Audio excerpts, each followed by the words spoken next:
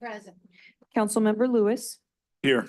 Councilmember Peristam, Mayor Pro Tem Seo, Yes, here. Mayor Bradley. Here. We have a quorum. Our next item then is our Pledge of Allegiance. Thank you, Councilmember Lewis. Would you please lead us in the Pledge of Allegiance? If you please stand, everyone.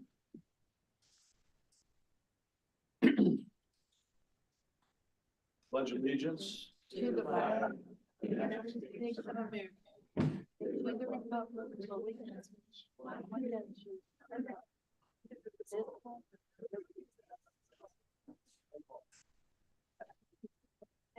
The closed session report. Thank you, Mr. City Mayor. Or Thank City you, Attorney, Mr. Mayor excuse me. Pro Tem and members of the council, ladies and gentlemen. The council had a very busy number of agenda items on its closed session agenda. Agenda item number 1 has been continued to the next council meeting. We're not ready yet to discuss the issues raised there with the city council. Agenda item number 2 was held pursuant to Government Code Section 54956.9E because the city is considering whether to initiate litigation in 3 cases. We provided a privileged and confidential briefing. No reportable action was taken with respect to 2 of the potential litigations. With respect to the 3rd, the council authorized staff to proceed with the abatement of the public nuisance. In addition, Mr. Mayor Pro Tem and members of the council, pursuant to Government Code Section 54954.2B, we added to the closed session agenda a discussion of 2 matters of pending litigation to which the city is a party. The authority to talk about these litigations in closed session is Government Code Section 54956.9. The 2 litigation matters were Conjunction Junction versus the City of Rancho Palos Verdes, Los Angeles County Superior Court, case number 23 STCP 02886, and Lime Tree Estates LLC versus the City of Rancho Palos Verdes, United States District Court, case number 2:23-CV-0142-PV. We are pleased to report that in both cases, the city has prevailed. Both cases, the cases have been dismissed with prejudice in favor of the City of Rancho Palos Verdes. The purpose of discussing these items in closed session was to brief the council on the likelihood of their being able to recover attorney's fees in both cases as the prevailing parties in both cases. There was a privileged and confidential briefing. Questions were asked and answered, and the council unanimously, with all 5 members of the council participated, directed us to seek a recovery of its attorney's fees as the prevailing party in both litigations. Thank you, Mr. Mayor Pro Tem. Thank you very much, Mr. City Attorney. Next item, please. Our next item, Mayor, as we have no mayor's announcements, we'll be moving to the approval of the Recycle and Emergency Personal Preparedness Kit drawing winners, Rebecca Hanner and Elizabeth Bostic. And if I may have a motion to approve that item, since we do have Mayor Bradley remote, all votes will be audible this evening. Thank you. Can I get a motion, please? Most. Any second? Councilmember Ferraro, Yes. Councilmember Lewis, Yes. Councilmember Peristam, Yes. Mayor Pro Tem Seo. Yes. Mayor Bradley. Yes. Motion passes. With that, we can move to the approval of the agenda. Can I get a motion to approve the agenda, please? So moved. Second. Roll call? Councilmember Lewis, Yes. Councilmember Ferraro, Yes. Councilmember Peristam, Yes. Mayor Pro Tem Seo, Yes. Mayor Bradley. Yes. Motion passes. With that, we can move to our public comments for non-agenda items. And I do have 2 requests to speak, both via Zoom. Our first speaker is Eva Albuja.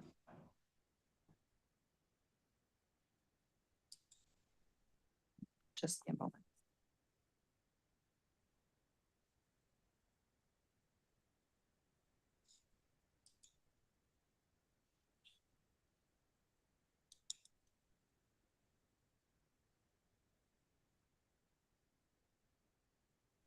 Can you hear me okay? Yeah, we got you. Yes. All right, good evening, City Council, Mayor, city staff. One item I want to discuss is, again, the house is on Exultant, the one that you have received more bids on having it removed. That house is a safety violation. We have asbestos on that house. I don't want to be living there when that house is being removed, and I really need that house removed because it's not healthy for all the neighbors.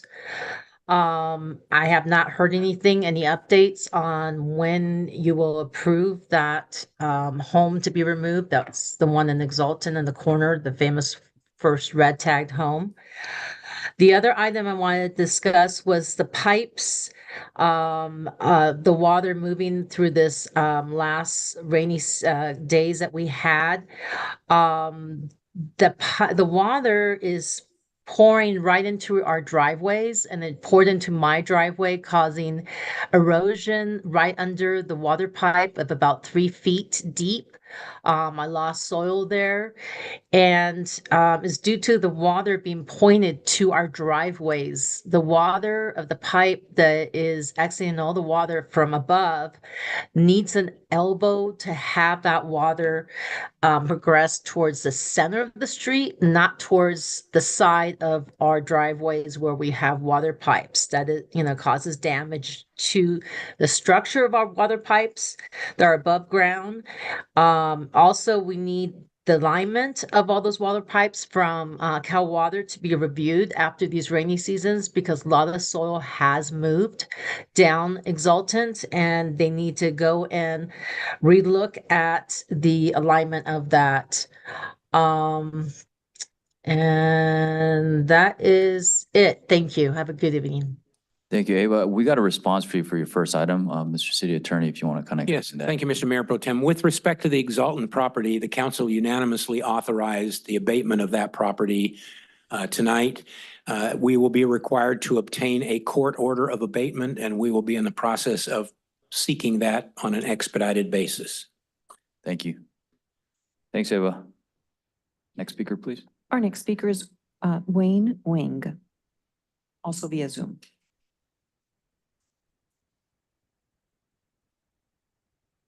He's here.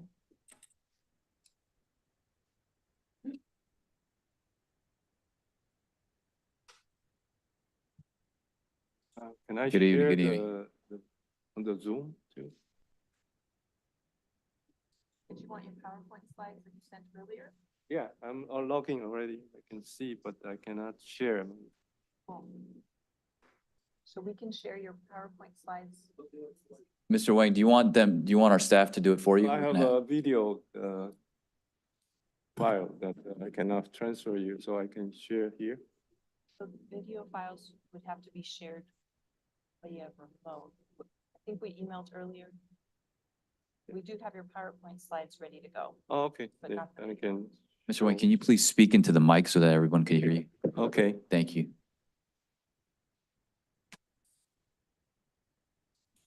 Just give her a second to pull your PowerPoint up.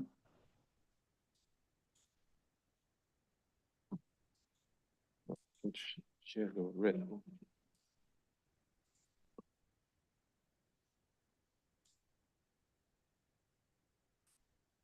Okay, there you go. Okay. I'm Mayor, council member, and everybody. Good evening. My name is Wayne. I live in the Bay Ridge in the Silver Spur area. Next slide, please.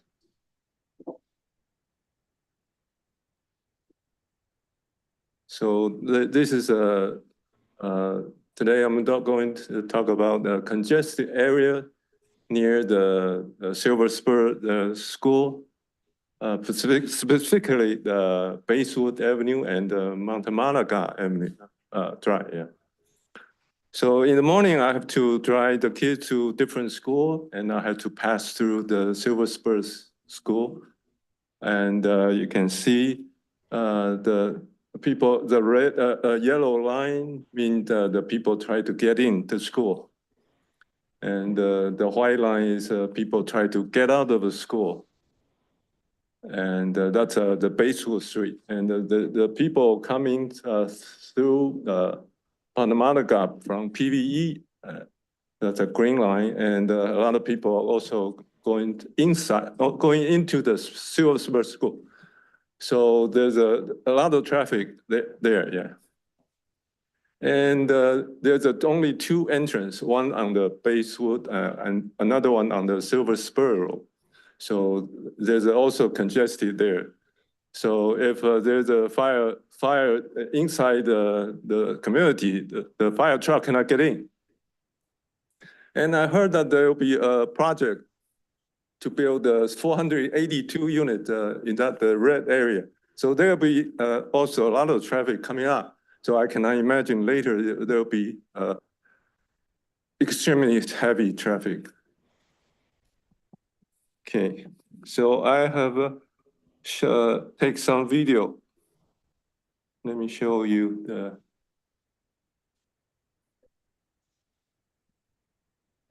Videos aren't. The videos aren't, because they were too large for him to email. So we asked that he share them on a file survey. So do you have it? No, we don't have. We the don't videos. have They it. were too Can you large to pause this email. time? Mr. Nguyen, we don't have your videos, and I think you're not gonna be able to play it.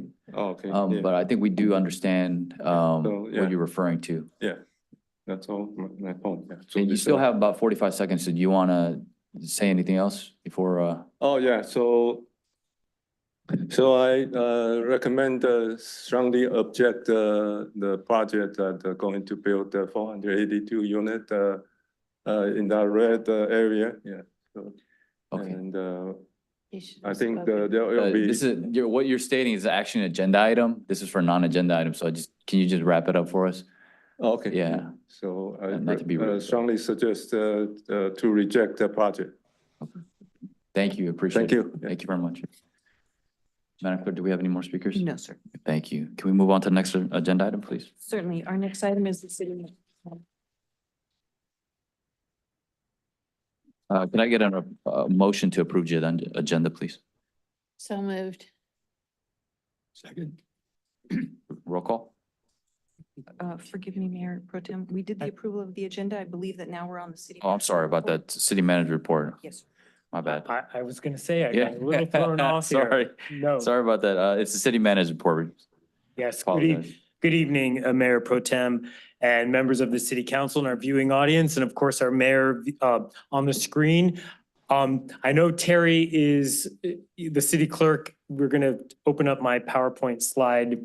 We've got some of our staff working remotely, so what I'd like to do is I'd like to start this evening's city manager's report with an update on the landslide as it relates to the power and gas shutoffs within the landslide complex. So as they're putting up my slide here, for the council's benefit as well as for the public and especially those residents that live in the landslide area, I'm very pleased to report since last week, Southern California Edison has moved in the direction of restoring power to properties in the Seaview and Portuguese Bend Beach Club neighborhoods.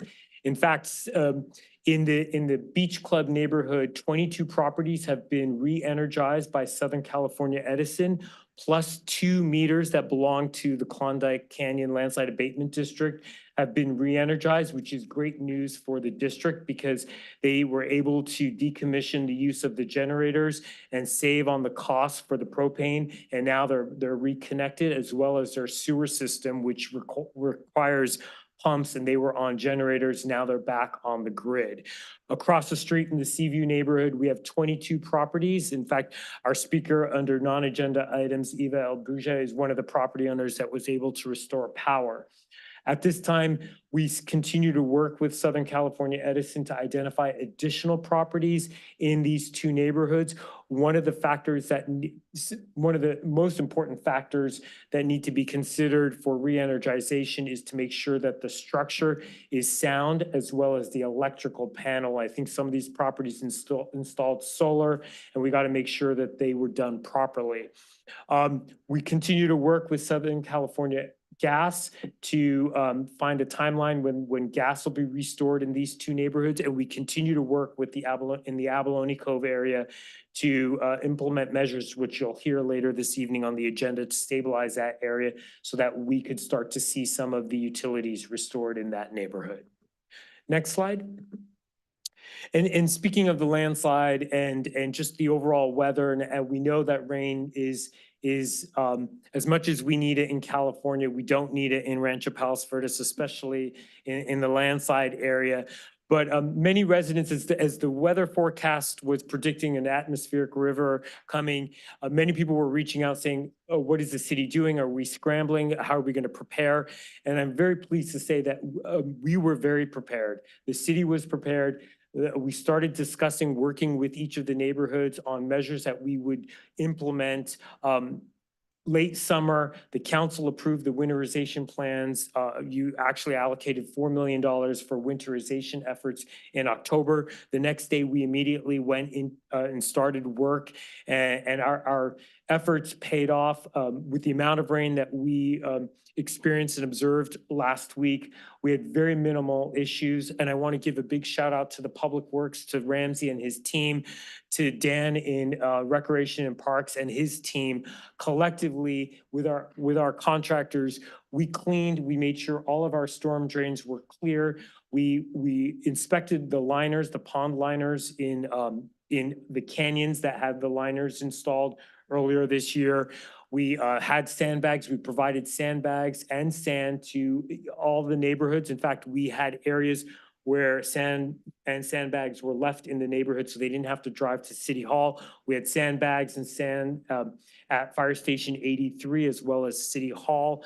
We inspected all of our traffic signals to make sure that the weather wouldn't interfere. All in all, we did a great job, and I just want to commend and applaud everyone for their efforts in making sure we get through that storm well. Next slide. And speaking of preparing, we were prepared, but many times when you hear about minor landslides or slope failures on private property, it's because of poorly maintained drainage swales. And I wanted to use this opportunity to speak to the community and remind them that the swales in your backyards are on private property. They're the private property owner's responsibility.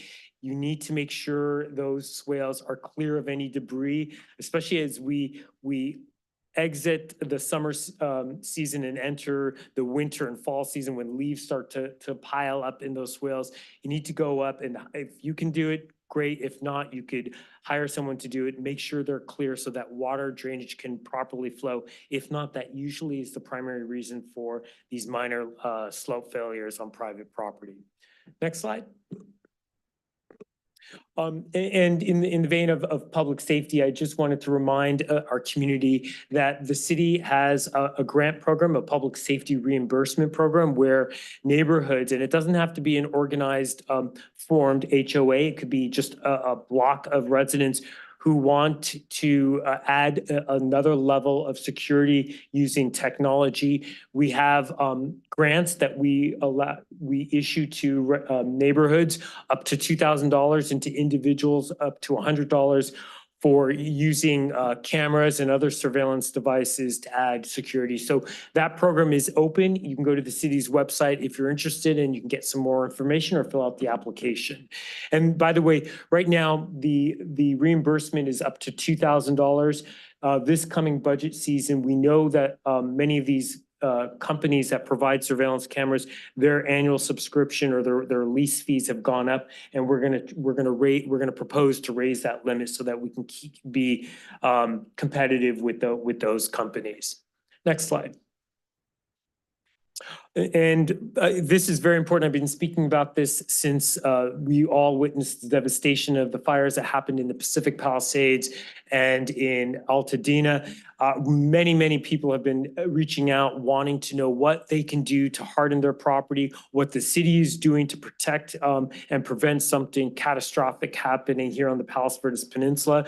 So on Thursday evening here in Hess Park at 6:30, the city of Rancho Palos Verdes is hosting a town hall on wildfire preparedness.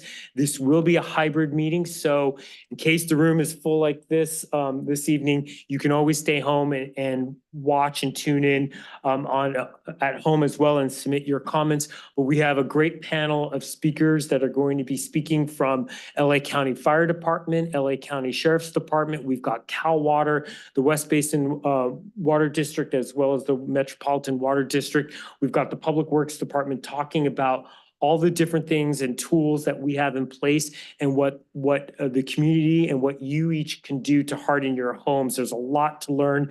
I strongly advise we should all be paying attention. In fact, we even have someone coming from the state insurance company to talk about insurance, which is a very important subject. We're all hearing about it. We're all experiencing that. So mark your calendars, Thursday at 6:30 here at Hess Park. Next slide. And the annual homeless count is beginning actually tonight, but here on the Palos Verdes Peninsula, it starts on Thursday, the 20th. If you're interested in volunteering, the county's looking for volunteers. You can go to the city's website, or you can go to the county's website to learn how you could become a volunteer for the homeless count for the Palos Verdes Peninsula. Next slide. And because of the rain we experienced last week, we had to cancel our Valentine's Day for our puppy love event. And so it was rescheduled for Monday, February 20, or actually it's Tuesday, February 25th at Eastview Park from 10 a.m. to 12 p.m. Next slide.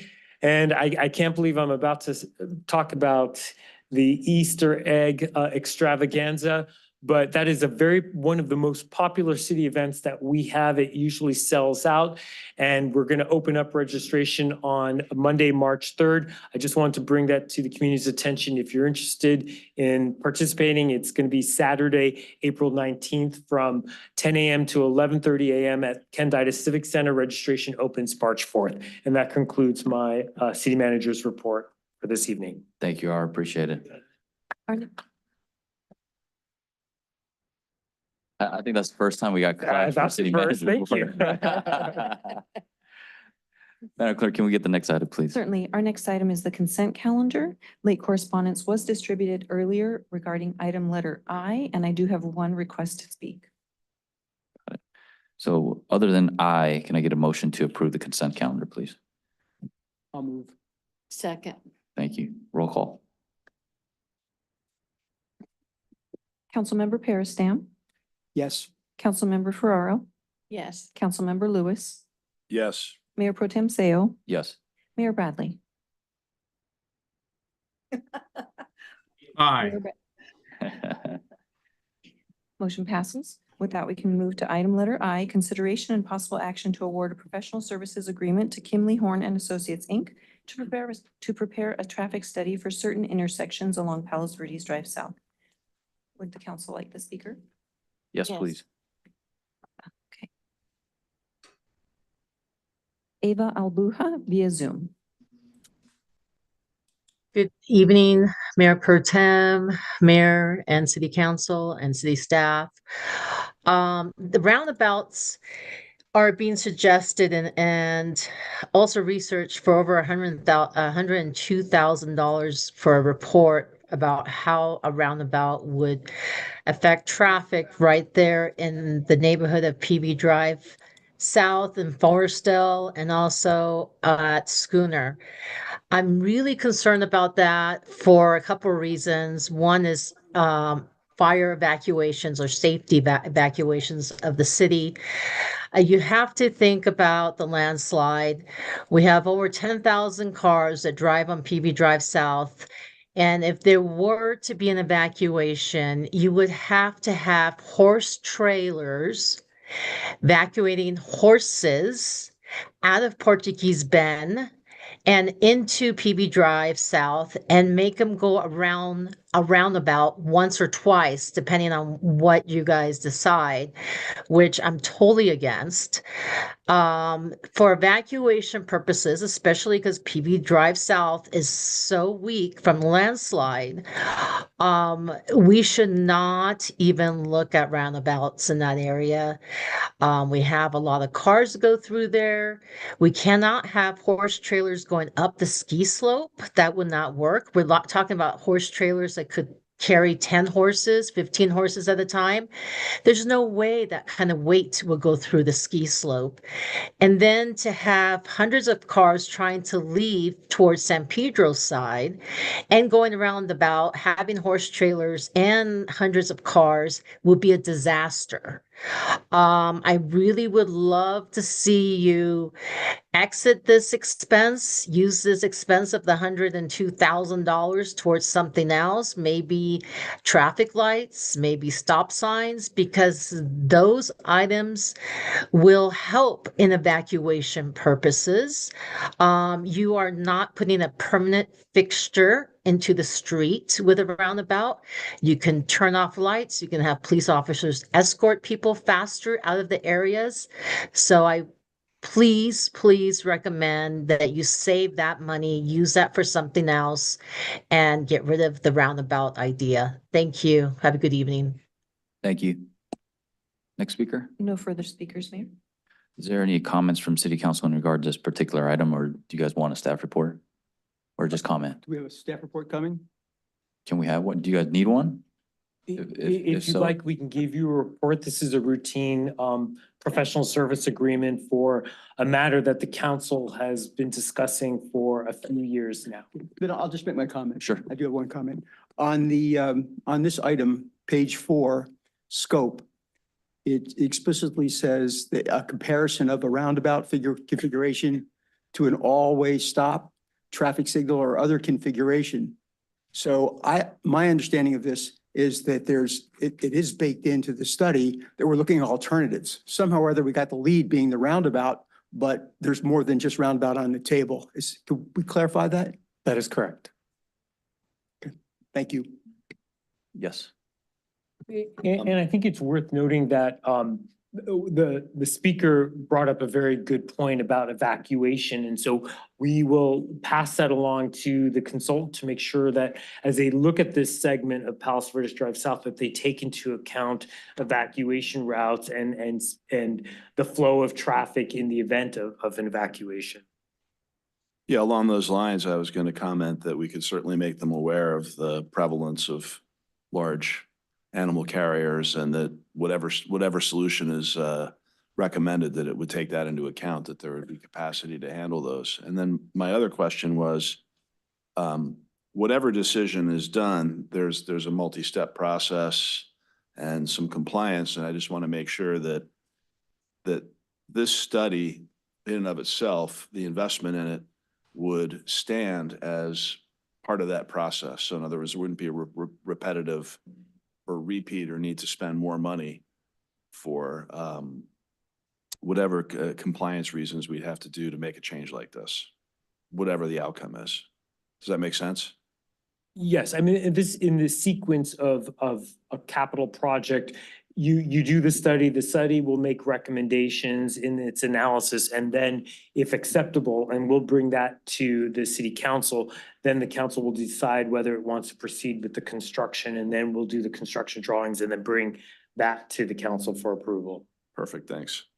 Thank you. Councilmember Ferraro, do you have any comments? No. I'll make a motion to Let approve. me ask, Mayor Bradley, do you have any comments? No comments. Okay, Thank can I you. get a motion, please? Motion to approve. Well, second. Thank you. Roll call, please. Councilmember Peristam, Yes. Councilmember Lewis, Yes. Councilmember Ferraro, Yes. Mayor Pro Tem Seo. Yes. Mayor Bradley. Yes. Motion passes. With that, we can move to our first public hearing matter. Thank you, Mr. City Attorney. Thank you, Mr. Mayor Pro Tem, members of the council, ladies and gentlemen. The public hearing tonight is going to require the recusal of the Mayor Pro Tem. He owns property within 1,000 feet of this potential project, and because of that, under applicable California law, we have advised him to recuse himself and not participate in the making of a governmental decision. He'll be leaving the council chamber shortly. In addition, the Assistant City Attorney, John Fox, has been the legal counsel assisting the Planning Division and the public and the Planning Commission in the consideration of this item, and he and I will switch places as well. Mr. Mayor, you can designate who you want to preside during the conducting of this public hearing. Councilman Parastam, would you, being as you're on the Landside Subcommittee, would you, or the Housing Subcommittee, excuse me, would you please run the meeting for this item, please? It'd be a pleasure. Thank you. Thank you.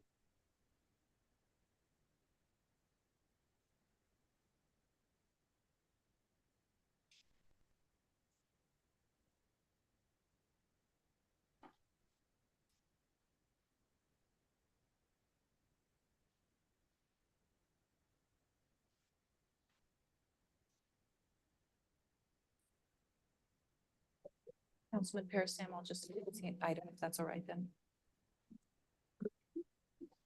So the item we'll be hearing is consideration and possible action to conduct an appeal requested by Verdes Estates, Inc. of the Planning Commission's decision upholding the Director of Community Development's determination for the property located at 5323 Ironwood Street, case number PLZC 2024-0002. Notice of the public hearing was duly published. Late correspondence was distributed, and I currently have 9 requests to speak. 9 requests? Okay, great, thanks. Could we open with a staff report, please? Yes, good evening, Mayor, City Council. For the benefit of those in the audience, I am Brandy Forbes. I'm the Director of Community Development, and I will be presenting. With me tonight on this item is Senior Planner Jessica Bobbitt. And as the City Attorney mentioned, we have John Fox, our Assistant City Attorney. This item is regarding an appeal related to 5323 Ironwood Street. I want to clarify up front that this is not regarding a review of the merits of the project. Rather, it is related to the procedures. The appeal is of the Planning Commission's decision on October 8th of 2024 to deny an appeal and uphold my determination as director that the proposed project submitted on April 18th, 2024 does not qualify for SB 35-423 ministerial review, and therefore requires the entitlements pursuant to Rancho Palos Verdes Municipal Code, including general plan amendment, zoning code change, certificate of compliance, major grading permit, variance, environmental review, and major site plan review. Next slide. Although we will not be discussing the merits of the project, I do want to provide some context as to the location and description of the site. This is located at 5323 Ironwood Street in the northwest portion of Rancho Palos Verdes near Silver Spur Road. It's 4.97 acres. It's currently vacant. The zoning is RSA5 with a maximum of 1 dwelling unit per 5 acres.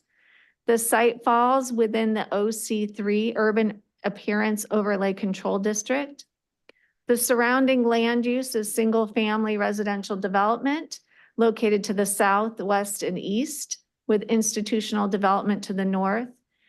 There are several easements on the site with Los Angeles County for storm drain, sanitary sewer, fire road, and storm sewer. Next slide. The next few slides, we will go through the background and chronology.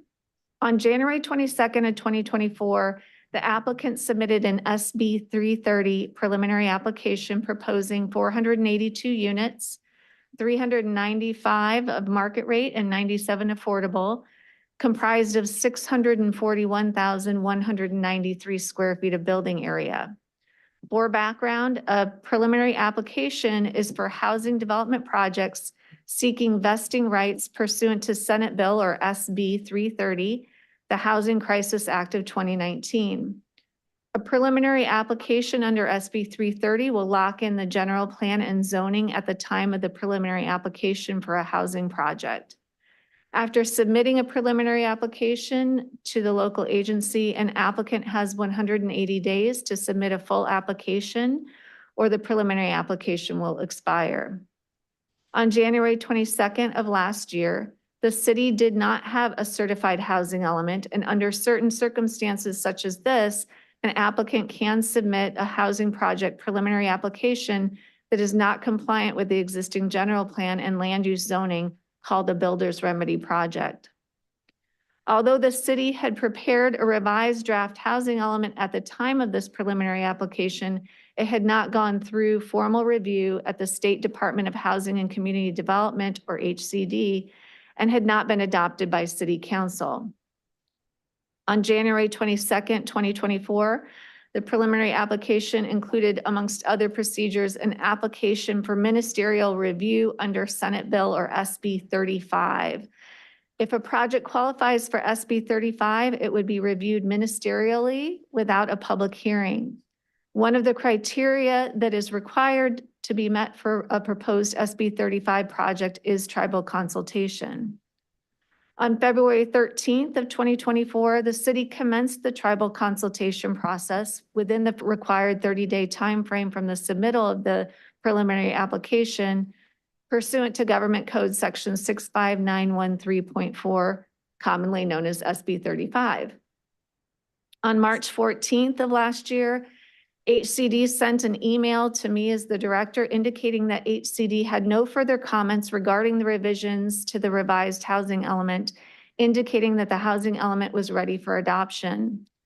On April 5th of 2024, HCD provided a formal letter to staff detailing that the housing element addressed the statutory requirements, except that it cannot be found in full compliance until the city has completed the zoning amendments to effectuate the housing element housing sites. On April 16th of 2024, the City Council adopted a revised housing element containing the modifications requested by HCD to be in substantial compliance. The version noted in the March 14th email and the April 5th letter. On that same date, the City Council also adopted an urgency ordinance to establish the mixed-use overlay zone and the residential overlay zone and to rezone 2 properties. Excuse me. This urgency ordinance, which became effective immediately upon its adoption on April 16th, served to rezone the necessary properties to implement the revised housing element. As a result, by simultaneously adopting the housing element and the zoning to allow for the housing, the city had adopted a housing element that was in substantial compliance with the applicable state housing laws. Next slide. On April 18th of last year, the applicant submitted a preliminary application proposing 482 units, 385 market rate, 97 affordable, so the same number of units, but comprising of 1,173,927 square feet, a significant increase in square footage. On May 20th, the applicant claimed that the preliminary application was submitted on April 17th and therefore the 30-day deadline for the city to notify all affiliated tribes had now passed. Additionally, the applicant then inquired about the requested format for the full application submittal, assuming that the tribal consultation criteria for ministerial review was procedurally met. On May 21st, city staff emailed the applicant inquiring if the preliminary application submitted on April 18th was a new application or a modification to the existing preliminary application.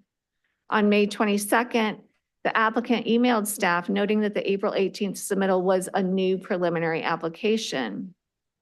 So staff immediately emailed the applicant to confirm if the earlier January 22nd preliminary application was being withdrawn and replaced with the April 18th submittal.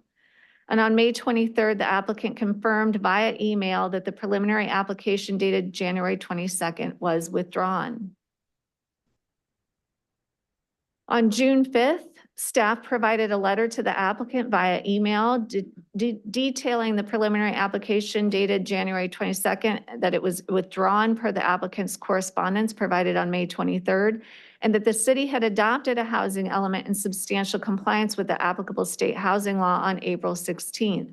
Therefore, the proposed project submitted on April 18th is inconsistent with the city's zoning ordinance and land use designation. On June 7th, the applicant emailed staff requesting that the preliminary application submitted on April 18th be considered a modification to the January 22nd preliminary application, along with supplemental information. This was the opposite of what they had already notified the city in the email correspondences in May, and they had already withdrawn the January 22nd preliminary application on May 23rd. On July 11th, staff emailed the applicant that the tribal consultation was still in progress. Staff noted that should the applicant wish to submit an application prior to the conclusion of the tribal consultation, the project would be processed per the requirements of the RPV municipal code. On July 15th, the applicant emailed staff noting that the project was based on SB 35-423 and that the Housing Accountability Act Builder's Remedy. Therefore, this certain planning entitlements and discretionary reviews would not be required. On July 18th, staff provided a letter to the applicant reiterating that the preliminary application submitted on January 22nd was withdrawn and the applicant submitted a new preliminary application on April 18th. As well, the letter addressed that the project was significantly changed by more than 20%, which per Government Code Section 65941.1C states that if an applicant has significantly revised a housing development project, it shall not be deemed to have been submitted until a new preliminary application is submitted. Therefore, the April 18th submittal cannot be considered supplemental information to the initial preliminary application, but must be considered a new preliminary application per state law. The applicant emailed staff on July 29th requesting an appeal of the decision outlined in the July 18th correspondence. On August 5th, staff provided the applicant via email instructions to process the appeal. On August 8th, the staff received a timely written appeal letter and fee from the applicant owner at 5323 Ironwood Street. On August 19th, staff provided a letter to the applicant appellant via email noting that staff was in receipt of the filed appeal and scheduled the appeal for October 8th at the Planning Commission. On September 25th, next slide. On September 25th, the appellant requested a link to pay the invoice dated July 10th, 2024 to submit the full application. On October 1st, staff provided that link for payment via email and the appellant paid the fee for consideration of the required project applications. Although the fee was submitted, all listed application forms were not submitted. Additionally, the appeal request was not withdrawn. On October 8th, the Planning Commission held a duly noticed public hearing to consider the appeal, at which time all interested parties were given an opportunity to be heard and to present evidence. The Planning Commission upheld the Community Development Director's determination that the project does not qualify for SB 35-423 ministerial review and denied the appeal. On October 21st, the appellant filed a timely appeal of the Planning Commission's determination to the City Council pursuant to RPV Municipal Code 17.80, which included a written appeal and supporting documentation.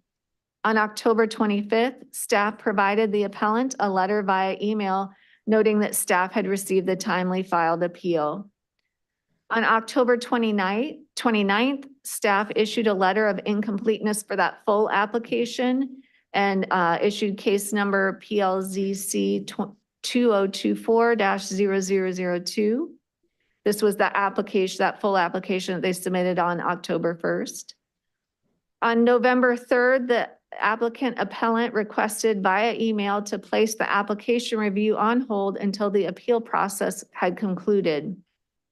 On November 15th, staff provided the applicant appellant a letter via email noting the project review can be placed on hold until such time as the appeal is finalized, providing a new resubmittal deadline of March 10th of 2025. And the appellant submitted a written agreement to place the project review for the application on hold. My initial decision was appealed to the Planning Commission, and the Planning Commission at the October 8th, 2024 appeal hearing determined that the proposed project submitted on April 18th, which includes 482 units, 1,173,927 square feet, does not qualify for SB 35-423 ministerial review and therefore requires entitlements as required by the Rancho Palos Verdes Municipal Code, including general plan amendment, zone change, certificate of compliance, major grading permit, variance, environmental review, and major site plan review. The appeal hearing before the City Council tonight is what is known as a de novo hearing, meaning the City Council will consider the evidence, documents, the staff report, this presentation, the testimony and evidence presented during tonight's public hearing, and other materials from the record of the previous consideration by the Planning Commission and the Community Development Director, and make its own independent determination as to the merits of the appeal. In conducting an appeal hearing, the City Council may grant in whole or in part the appeal upon provision of applicable findings, determining that the application qualifies for SB 35-423, deny the appeal in whole or in part without prejudice upon finding that the applicable findings have been correctly made, or remand the matter back to either the Planning Commission or Community Development Department with directions to further consider the appeal and application in light of any evidence presented at tonight's appeal hearing. I will now present the statutory framework related to the determination that the application does not qualify for SB 35-423 ministerial review. The three main sections of government code that pertain to the decision include the Housing Accountability Act, which is Government Code Section 65589.5, SB 35, Government Code Section 65913.4, and Government Code Section 65941.1. And I'm going to go into detail of each of these in the following slides. The Housing Accountability Act regulates a city's processing, consideration, and approval or denial of a project that qualifies as a housing development project, such as the applicant's or the appellant's project. Subsection D of this section of code sets forth the reasons a city may deny a housing development project, and D5 specifically states that a city may deny a development project if the housing development project is inconsistent with both the jurisdiction's zoning ordinance and general plan land use designation as specified in any element of the general plan as it existed on the date of the application was deemed complete, and the jurisdiction has adopted a revised housing element in accordance with Section 65588 that is in substantial compliance with this article. This next section of code that's pertinent to this case is Government Code Section 65913.4. It's the codification of SB 35. It provides for a ministerial review and approval process for projects that include a specified affordability component that will comply with the statute's requirements, and where agreement is reached with the relevant tribes regarding the project's potential impacts to tribal cultural resources with the appropriate mitigation of those potential impacts. Subsection B also sets forth the requirements for completing a scoping consultation with the California Native American tribes that is traditionally and culturally affiliated with the geographic area of the proposed development. The final section that's pertinent here is Government Code Section 65941.1. Subsection A sets forth the information that must be provided to the city in order to have a compliant preliminary application. It lists the information such as the project location, any existing uses, the site plan. It also has a requirement for the number of units and square feet of residential and non-residential development. So this is what is required for a preliminary application. Continuing with this section of government code, subsection C states that after submittal of all the information required in subsection A, which I just went over, if the development proponent revises the project such that the number of residential units or square footage of the construction changes by 20% or more, exclusive of any increase resulting from the receipt of a density bonus, The housing development project shall not be deemed to have been submitted a preliminary application that satisfies the section until the development proponent resubmits the information required by subdivision A so that it reflects the revisions. And for the purposes of the subdivision, square footage of construction is defined. On April 18th, the preliminary application was 54% larger than the January 22nd preliminary application, therefore requiring resubmittal of a new preliminary application. Per this section of state regulation, the housing development project is not deemed to have submitted a preliminary application until the information was resubmitted to reflect the revisions, which was the April 18th date. The Planning Commission upheld the Community Development Department determination that the proposed project submitted on April 18th does not qualify for SB 35. And this is what is being appealed to you at the City Council level. So we're going to go through the appeal points now on the following slides, as well as staff's response to those appeal points. First, the appellant appeals, they presented their arguments in their appeal letter dated October 18th. So these appeal points are coming from that October 18th, 2024 appeal letter. The first appeal point made by the appellant asserts that the staff is selectively interpreting the communication regarding the filing date of the preliminary application to achieve a predetermined outcome. Staff's response is that staff has been clear in all correspondence with the applicant and the appellant, and the complete email correspondence from May 12th to October 1st demonstrate that. The full correspondence was provided as attachment I to the staff report and was summarized earlier in my presentation. As well as I just described regarding the increase in square footage, the government code details when a preliminary application that includes square footage of construction changes greater than 20%, and even defines what square footage of construction means. This is not selective interpretation, but application of government code regulating these procedures. The appellant's second ground for appeal asserts that the city's claim about the date of its housing element compliance is incorrect. The housing element was in substantial compliance with housing element law on April 16, 2024, when the housing element and implementing zoning were adopted and went into effect as indicated by HCD on April 5th, 2024. The appellant asserts the city is violating Permit Streamlining Act by denying this housing project. For staff's response, as noted in the timeline presented earlier, the applicant paid the fees for consideration of the required project applications on October 1st.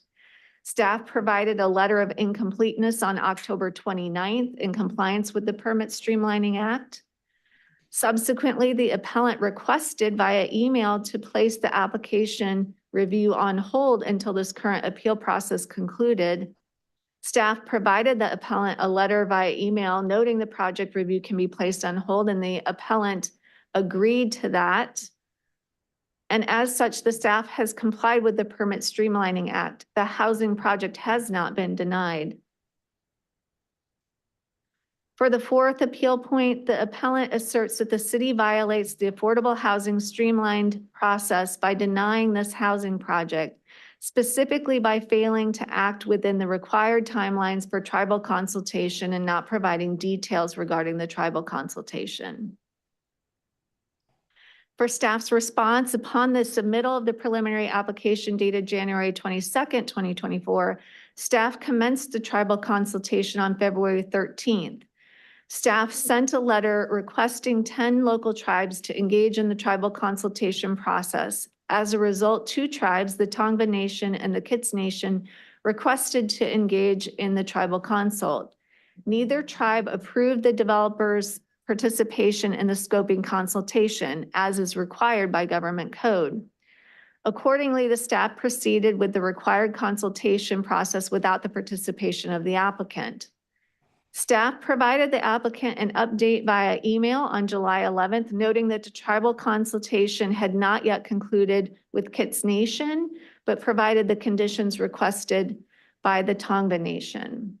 Staff has determined that the project does not qualify for SB 35 ministerial approval, and therefore a tribal consultation would not be required as part of SB 35. For appeal point number 5, the appellant asserts that the city is violating the Housing Accountability Act by denying this housing project. The Planning Commission upheld the Director of Community Development's determination that the project does not qualify for builder's remedy ministerial review process. This does not constitute disapproval of the project pursuant to Housing Accountability Act, and therefore no additional findings are required. The appellant asserts that the city's actions are in clear violation of state density bonus law. In response, the staff's response is that the city has not denied any incentives or waivers of development standards provided under the state density bonus law, as the appellant only recently submitted their development application on October 1st and then requested for that to be on hold. The appellant claims regarding the appellant's claims regarding the city allegedly violating state density bonus law are irrelevant to the director's determination the project does not qualify for SB 35 ministerial review process or builder's remedy. For the 7th appeal point, the appellant asserts that the courts have decided on very similar matters in the favor of housing development. Staff's response is that none of the cases cited are binding authority, and the facts in the cases are significantly different than the subject of this matter. The appellant asserts that the city has not sought a court order regarding the compliance of the housing element. Currently, there is not a legal mechanism for the city to obtain a court determination as to whether its housing element is in substantial compliance with state housing element law. Furthermore, Government Code Section 65585.03 is intended to be declaratory of existing law. As such, should the city's housing element be challenged through litigation, a court may determine that the April 16, 2024 housing element was in substantial compliance with state housing element laws. Finally, the appellant asserts that the governor signed AB 1886 into law to correct the compliance state for a housing element. This was also reiterated by the California Housing Defense Fund in their late correspondence that was submitted today.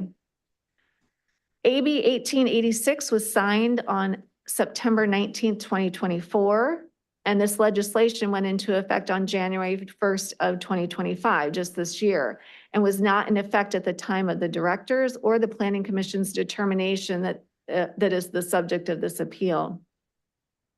As described in greater detail in the staff report, the appellant's claims that the city housing element was not in substantial compliance with the housing element law until June 12, 2024 is not supported by the text of AB 1886. I will now present the additional information items that were provided in the staff report on the following slides. With the application submittal on October 1st, the city utilized its contract with Michael Baker, Inc. to conduct a biological assessment for the site. The biological assessment dated December 18th, 2024 concluded that the project site contains habitat for protected species identified as candidate, sensitive, or species of special status by the state or federal agencies, fully protected species or species protected by the Federal Endangered Species Act, the California Endangered Species Act, or the Native Plant Protection Act.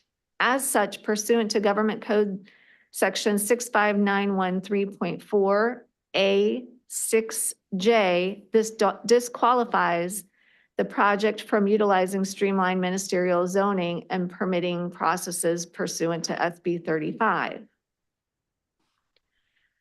Pursuant to City Council policy, the chair of the Planning Commission has been invited to attend this public hearing to provide the City Council, if desired, with context related to the October 8th, 2024 Planning Commission public hearing on the appeal. Chair Santa Rosa is here with us tonight. He is in the overflow room and can come in if you have any questions for him this evening. For public correspondence, staff received 13 public comments expressing opposition to the project in advance of posting the agenda. As the subject of this item is regarding the appeal of the Planning Commission's and the Director's determination, staff is not analyzing the merits of the project at this time, and therefore, while the comments will be added to the public record, the potential impacts of the project are not before the City Council, nor should the City Council engage in that analysis. Staff received an additional 76 public comments since the agenda was posted, which have been distributed to the City Council as late correspondence, and we offer these written submissions into the record for this hearing. Staff recommendation is for City Council to adopt a resolution of the City Council, thereby denying the appeal and upholding the Planning Commission's determination that the proposed project, which includes 482 residential units, 1,173,927 square feet, does not qualify for SB 35/423 ministerial review or the exemption from consistency with the city's general plan designation or zoning set forth in Government Code Section 65589.5 D5.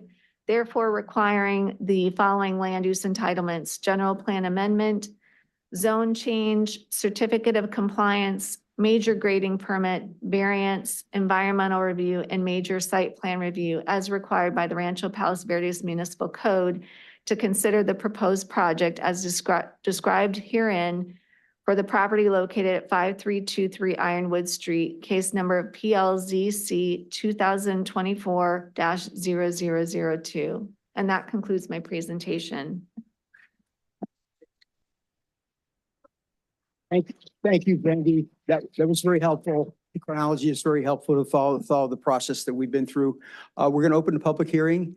And the first item would be, does any of the council members or mayor have any questions of staff?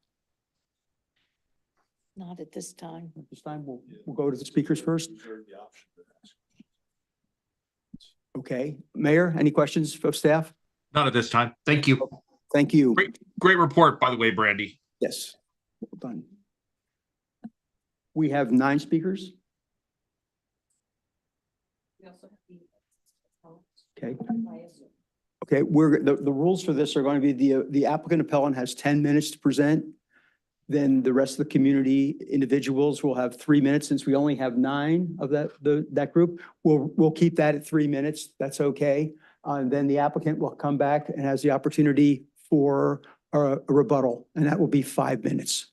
So that's the process we'll start. A couple other ground rules is we would, to expedite this process, I know there's a lot of enthusiasm for the position. And if we could keep the response after each of the speakers down to a minimum, that would be helpful. We do have an important Portuguese Bend agenda item following this, so we would like to get to that as well, and not too late in the evening. So with the beginning of that, is the applicant appellant here?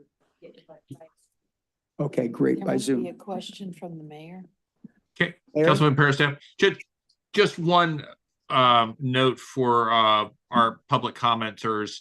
If you agree with somebody that has previously come before you, you don't have to take your full 3 minutes. You can say the former comments, I share those same feelings, just to get this thing to move on. They will have the same weight as if you took your entire 3 minutes.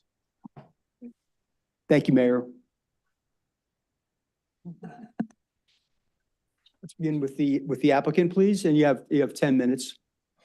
Okay, so can you hear me, sir? Yes, sir, we can. Okay, very nice, very nice. So first of all, thanks for taking this appeal. I really appreciate it. And my name is Akhilesh Jha. I would request you to remove the biological report that was submitted, because as you can ask the staff, I have not been consulted about who the consultant of the biology report was. I was not given a report to read. I just happened to get this report as an attachment about a week ago. I didn't have time to vet it. I didn't have time to study it. And so I would like you to exclude that report from your consideration. That being said, other things I want to tell you is, as you know, that the devil is always in the details. So lot of items that has been told to you by the staff has been basically a glossed over version of what they want you to hear. But if you look at if you read my report and if you see the details that I have provided, I think law is very clearly on my side. California is in the has declared an emergency on housing situation, as you are aware. Rancho Palos Verdes is one of the highest resources in the state with one of the lowest density of the housing. So a mere typo on a form does not make the city or make this council a pro-housing city or a city that is interested in creating the housing. The law is that if there is any confusion ever in the interpretation of the law, then the law has to be favorable to the development of the housing. Law has been very clear about that. So if you compare the first submission of my preliminary application and the second submission, there is no difference. Same architectural plan, same number of units. There was one typo, I agree with you. There was one typo, but there is no change in any other thing, the same architectural plan. If you read it, we quoted a different number by mistake, and that is what happened in the first one. But the second one was when we found the mistake, we quoted the correct one. And we corrected the record before the city put out a letter stating whatever their position is. So back and forth is a matter of practice. We do go back and forth hundreds of times in a course of a development of a housing. There is nothing new about that. But just because somebody said one time something, you cannot just hold it and forget about rest of the story. That tells you that you are just against housing, as you have been always, right? The number of the houses and the very fact that you are not in compliance of the housing element, not in the compliance of RENA requirement, that tells the story that on which side of the history you are. And even if on the second application, the city was not in compliance, because declaratory law that was passed by the state again said that when the compliance letter is signed by the SCD, then only you are compliant, not a day ago, not a day before. So you are not compliant just because you passed a resolution. There is somebody above you, which is SCD, they have to sign the compliance letter, and then you will be compliant. That's the law. It's not up to you or me to decide it. And the staff keeps telling all the time that the judge is the ultimate judiciary body and the judge is ultimate decider. Of course, the judge is ultimate decider, but you have to have a conflict. Where is the conflict? There is no conflict between you and the HCD. So what is the judge is going to decide? You agree with HCD and HCD agrees with you. So there is no conflict here. It is just a matter of when HCD signs it, that is when you become compliant. So judge is a deciding authority, but to have a deciding authority, you have to have a conflict. You have not shown to me yet that where is a conflict between you and the HCD. You have not. You are complying with whatever SCD is saying, your SCD is complying with whatever you are saying. And the law is very clear on that when the SCD signs your letter, that you are compliant as of the day, express the holy water on your whatever resolution you have passed, that day you will become compliant. I came to know about it, and entire world comes to know about it that day, that, oh, as of this day, RPV is compliant. The law is very clear for the benefit of the developer, so that there is a clarity in the process. which is June 12th. Anyway, that's that. But if you have any questions, sir and madam, I would appreciate if you have any question for me. I would love to answer that question. And that's all I have to say. Please include all my letters and the document that I have submitted so far into your consideration. And that's it. Thank you. Thank you again. Thank you. Are there any questions from the council members at this point in time? No.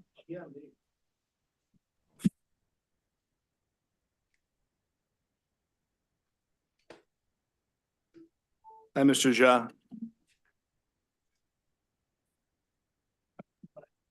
Yes. I just want to say, I don't think we've ever met, we've ever spoken, ever communicated before. Is that correct to your knowledge? That is correct, sir. Okay, good. I guess my real question is going back, I mean, you raised a lot of legal points and I'm not a lawyer. And you know, legal points are settled in court typically, but the question that I have is, and I'm scrolling through the email history, there was a point at which you said, no, my old application is withdrawn and this is a new one. Is that email, did you send that email, yes or no?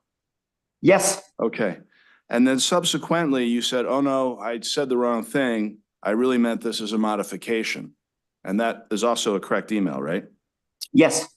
Okay, so that was nearly 2 weeks later, right? And so is your contention that you just misspoke and you only realized you misspoke 2 weeks later, or did you decide to change your mind and try to amend your original answer? Like, what exactly happened there? I can understand one thing if you sent a response at 7 a.m. and an hour later wrote, hey, I didn't drink my coffee yet, I made a typo. But this is like almost 2 weeks later. So I'm kind of wanting to understand what this was. Was this you changed your mind or you made a mistake? I think you already answered that question in the beginning of your comment when you said that you are not an attorney.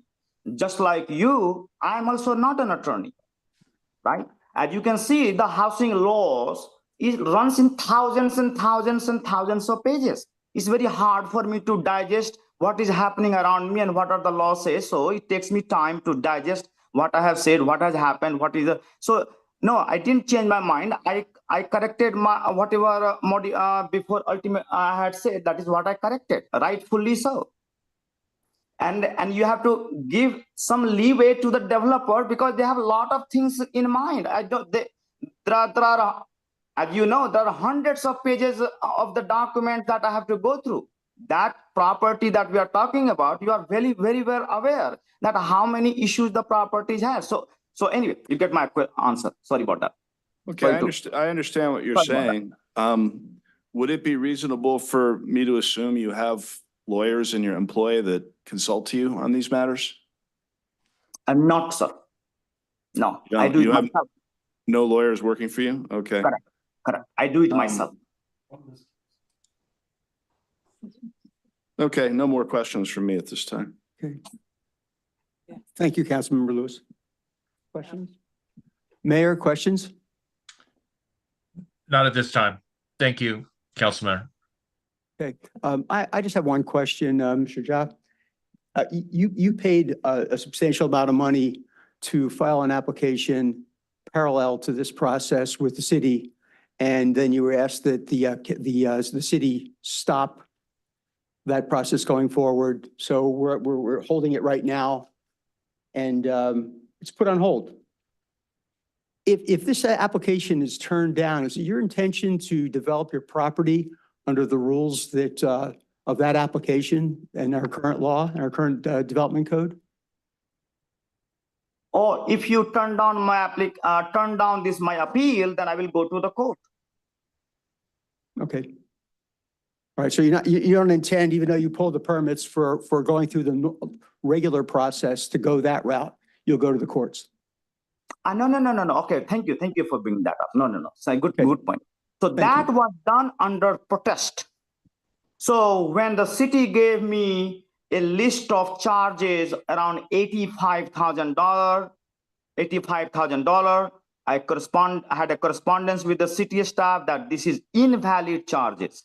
That is not how an SB 35 application should be evaluated for the zoning change, the general plan change, and all those things they had added.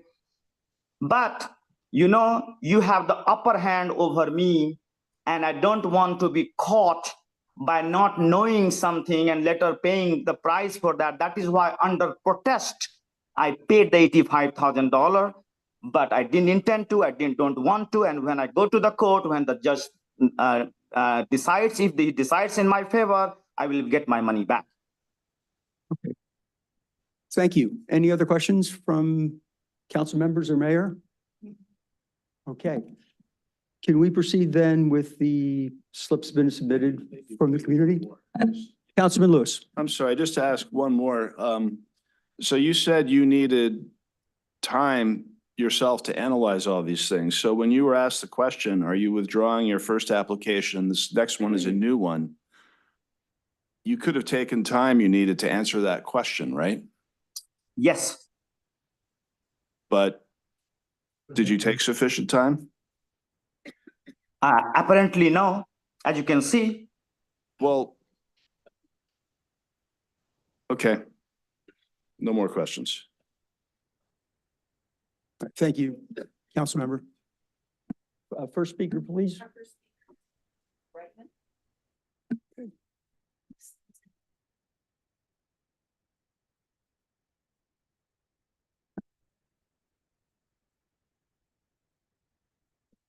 Good evening. I don't know if I need a speaker, microphone, but maybe I do. I am Elizabeth Brightman, and I thank you all for listening to me. I promise less than 3 minutes. My family lives on Ironwood Street. Our address is 5320. We're right across from Mr. Ya's proposed development. But I would like to direct council's attention to another address on Ironwood, 5500 Silver Spur Elementary School, population 521. 521 children. I know that most of us are parents. I know that all of us care about kids.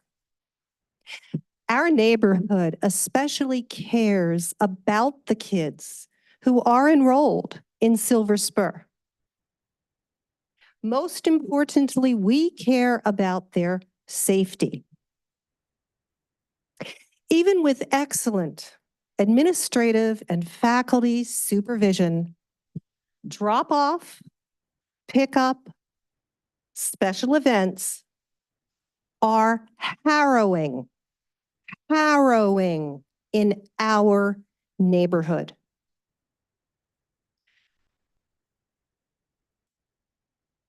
I know this is not new news to you. The city, our city, has long been informed in writing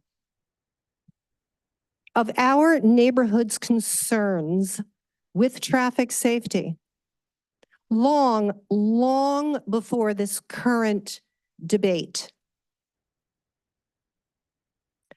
I previously thanked you for listening to me. I am now going to thank you for hearing me. 482 vehicles added to this scenario. This number of cars and children is not only guaranteeing an accident, it is guaranteeing a tragedy, an unspeakable tragedy. With all due respect, mayors and council members, moving forward with this project at this location is unforgivable. Thank you. Thank you.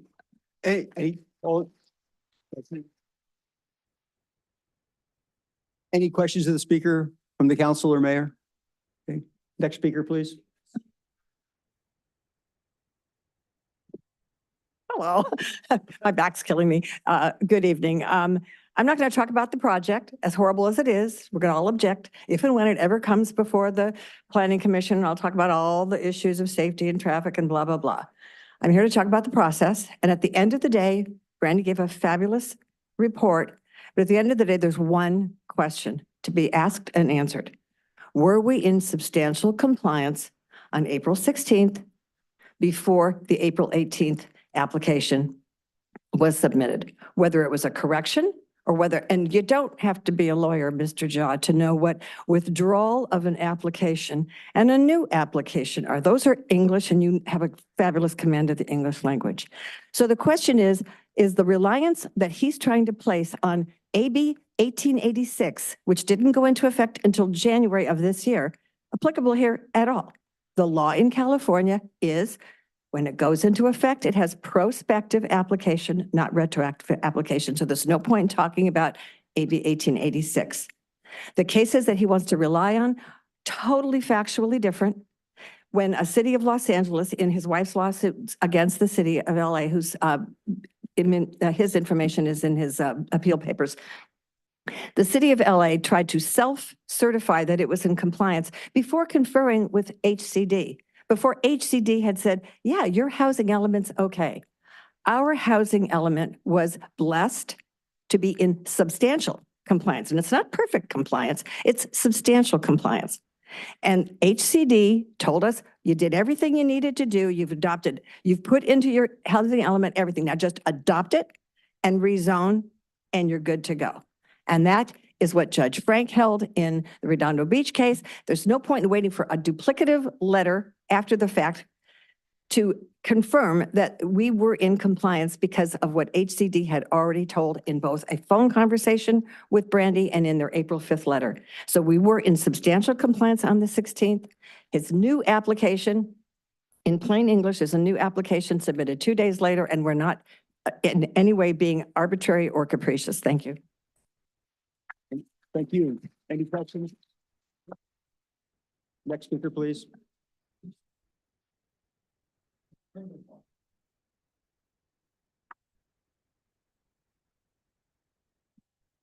City Council, Mayor, my name is Mike Peterson, and I am the president of Neighborhood Voices of Silver Spur, an organization of over 400 community members that are opposed to this project. Many of our members have written you. Many are here tonight with me dressed in red. I read the excellent staff report. I think it's extremely clear what happened. The original application was withdrawn. We met substantial compliance, and he tried to submit a second application after that, and that's null and void. In addition, it's clear from the biologist report, which, by the way, I got a week ago as well, and I had no trouble reading it and understanding it. And the conclusion is quite clear. SB 35 does not apply. There's endangered species habitat in the canyon, and we need a full environmental impact report in evaluating this property. I would, however, just like to throw in a couple other things. First of all, the builder's remedy law was never intended to allow a development like the one Mr. Jaw is proposing, one that is in a limited transit corridor and a highly unwalkable environment. It gets 11 out of 100 if you look it up under Zillow as far as walkability. So the idea that we'd put a large development there for low-income people is not consistent with what the state is trying to do. In addition, Professor Christopher Elmendorf from UC Davis Law School, who's arguably the #1 legal expert on the builder's remedy law, asked the question, does the Housing Accountability Act really intend that developers build 20% affordable apartment towers in neighborhoods of single-family homes? He wrote this approximately 2 years before Mr. Jaw proposed what is exactly that. Even to Professor Elmendorf, a project like this was inappropriate. Despite the fact that Mr. Jaw claims that he's just doing what the state wants builders to do, the state legislature obviously doesn't think projects like this one are a good idea. This is evident by the fact that the legislature closed the unlimited building size loophole Mr. Jaw is exploiting while he hopes to profit quite a bit off building these units with possibility the profit of tens of millions of dollars, while he blocks views of 50 homes along the edge of the canyon and destroys the quiet nature of Silver Spur Canyon neighborhood. The new builder's remedy laws revised would not allow this project. And unfortunately, that law is not retroactive. I know that you all received a letter from the California Housing Defense Fund implying that they would be supporting Mr. Jaw in any litigation, which they may well do. We took the liberty of pulling their federal 990 report, since they are a nonprofit, and saw that their annual gross revenue last year was about $500,000, and the year before was about $1 million. So after overhead, they may have one, maybe two real litigation cases per year. So you can take that into account as far as concerns about that institution. So in closing, I urge you to deny this appeal. I think you have sufficient grounds to do so. Thank you. Thank you.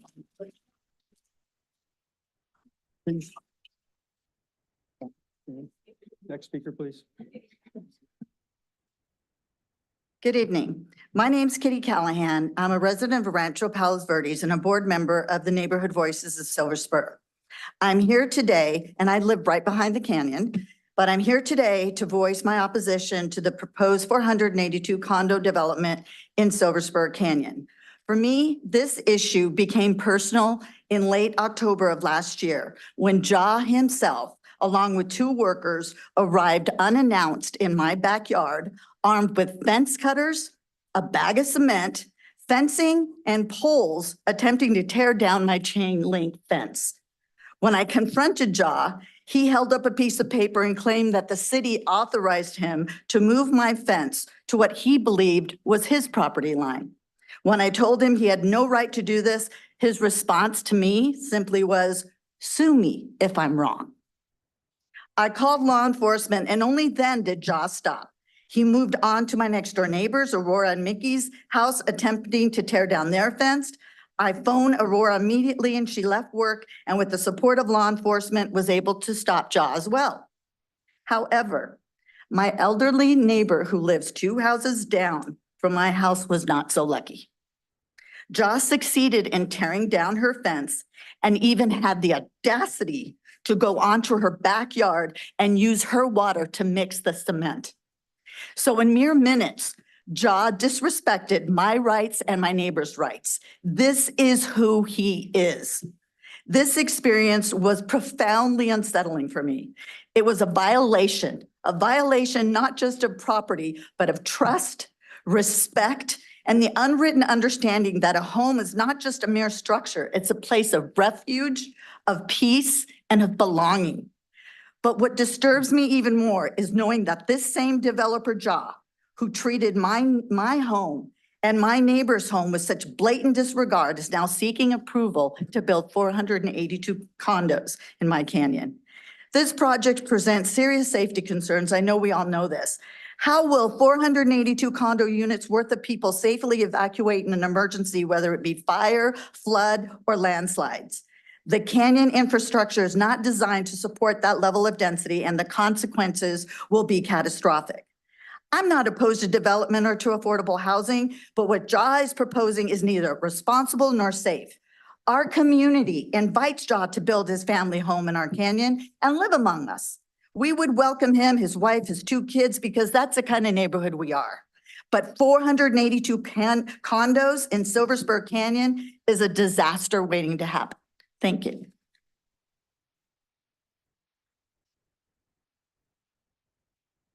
Next speaker.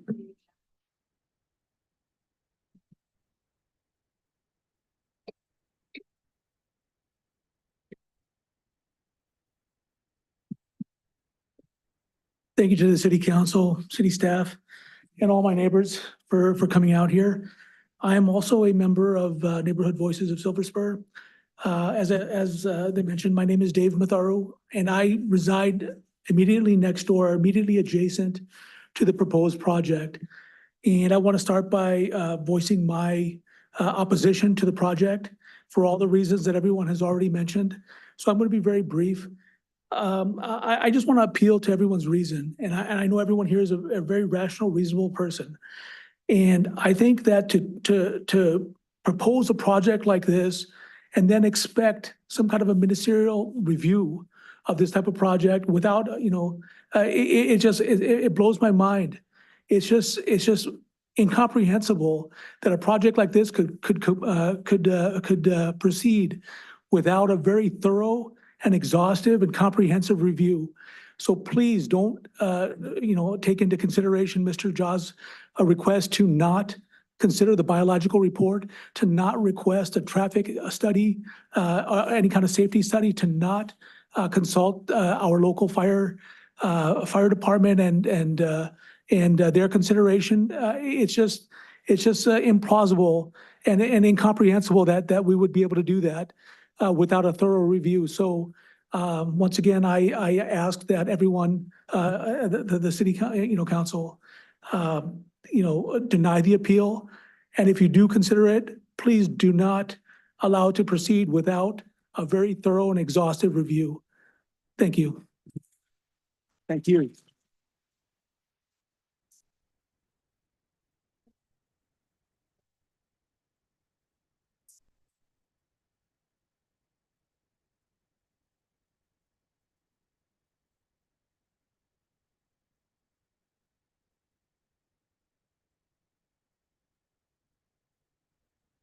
Mr. Mayor and City Council members and city officials, good evening. My name is Pritam Matharu. I live at 5303 Bay Ridge Road, Rancho Palos Verde for 31 years. I'm opposed to this project because this area consists of 8 streets, namely Basswood, Diversey, Elmwood Road, Bay Ridge Road, Greylog, Birchfield Avenue, Ironwood, and Silver Spur. This area is also called Grand View. It has 220 homes approximately. Assuming 2 cars per home, maybe this has about 400 cars, this area. These 400 cars has to pass through only 2 exits from this subdivision. One is on Basswood and Monte Malaga. That's a 4-way stop. And then the other one is on Silver Spur, which exits into 40 miles coming traffic. So please imagine how to get out of this area from these 2 points. So adding 482 units to it, that's probably, maybe they may have more than 1 car per family, so maybe about another 900 cars. So 1,500 cars from these 2 areas will have to pass. And then during looking at the LA fires, so if something happens like that, what will happen to this area? So you guys are going to have a fire preparedness on February 20th on this week. Please figure out how we're going to get out of this area, Silver Spur Canyon area, because it's a canyon. See how the canyons get started. And I know you have a hard job. City has a hard job, but please weigh the consequences of those tragedies. If some people die, something happens like that, who will be responsible for that? Please don't carry the burden of this thing. Do whatever you have to do to not let this project go through. Thank you. Thank you.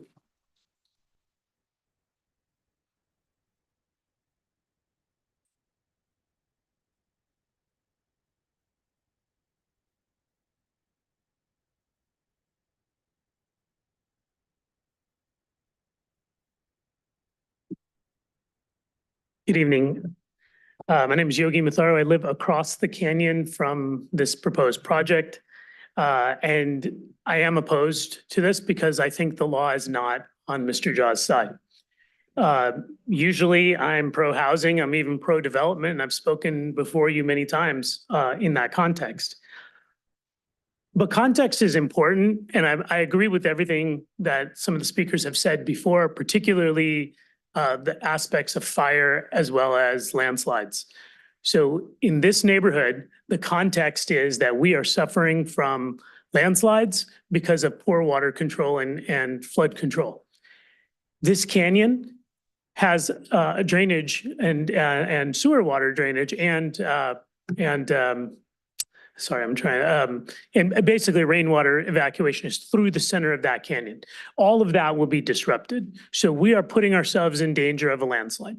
At the same time, we just talked about fire and we talk about context. I want you to imagine for a moment, you've already seen hundreds of people coming in front of you and speaking to you about landslides and how their homes are impacted. Do we really want to have you listening to people talking about how fires have impacted them or how they couldn't get out because of a fire and we couldn't get down the hill? Because there's one street getting out of this community, even though there's two exiting the immediate 200 homes. What are we going to do when we have to stand there and look at those people? Because I have seen those people from the Eaton fire. I have seen those people in Lahaina, and it's terrible to have to look at. So I need you to imagine that for a moment. Now, I don't mean to get to the emotional part of this, but that's really what we're trying to decide here. And today you followed the law and we've said you can't stand in the back. And I counted, there are 44 chairs in this room. And if we wanted to squeeze in 1 or 2 or even 3 more, that might make sense. We could probably justify that. But this canyon is designed for 1 home. So it's doing 482. That would be like us squeezing 21,208 people into this auditorium.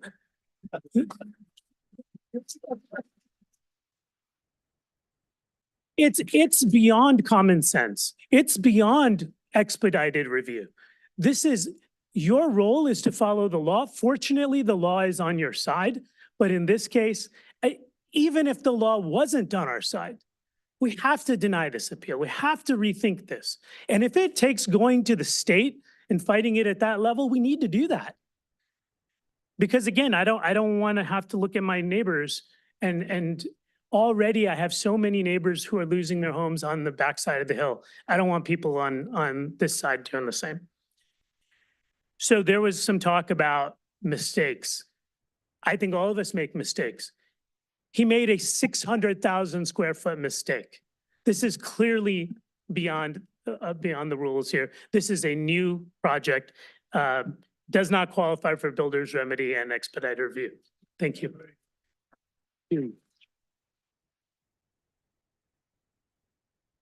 Our next speaker is Aurora Rashanik.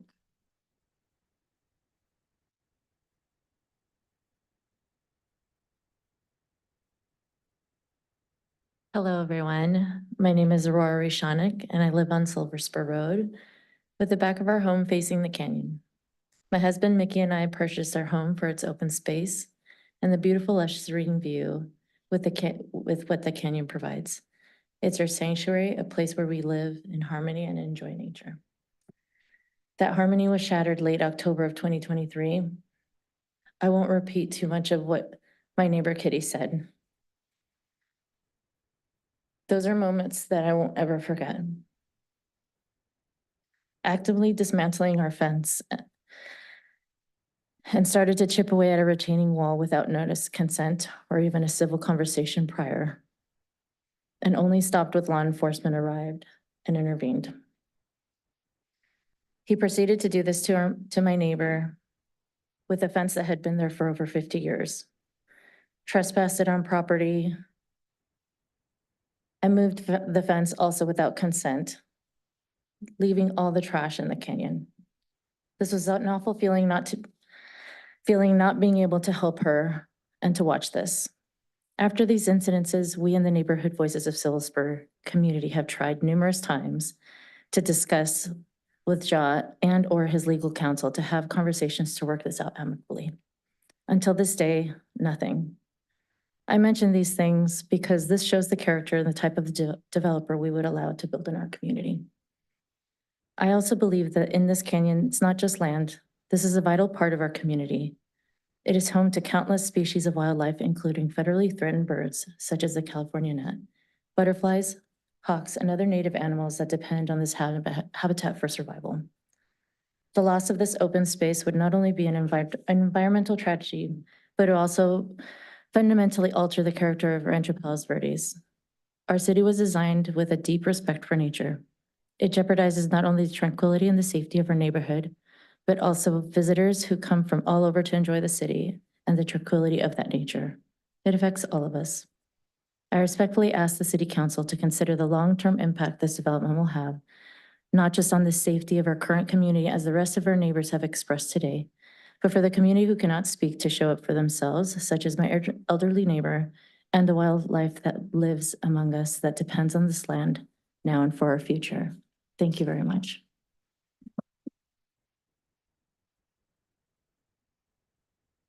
That's it. And then now you'll move to item number 7, the rebuttal. We have a rebuttal. Mr. Jha, you have 5 minutes in a rebuttal.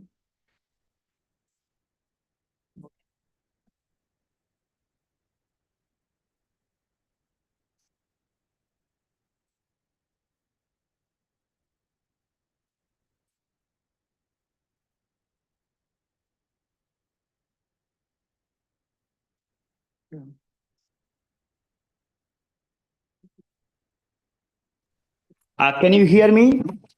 Yes, sir, we can. Please. You Okay. have 5 minutes. Okay, thank you. So I have to make one comment that the two of the neighbor told you some incident and so on.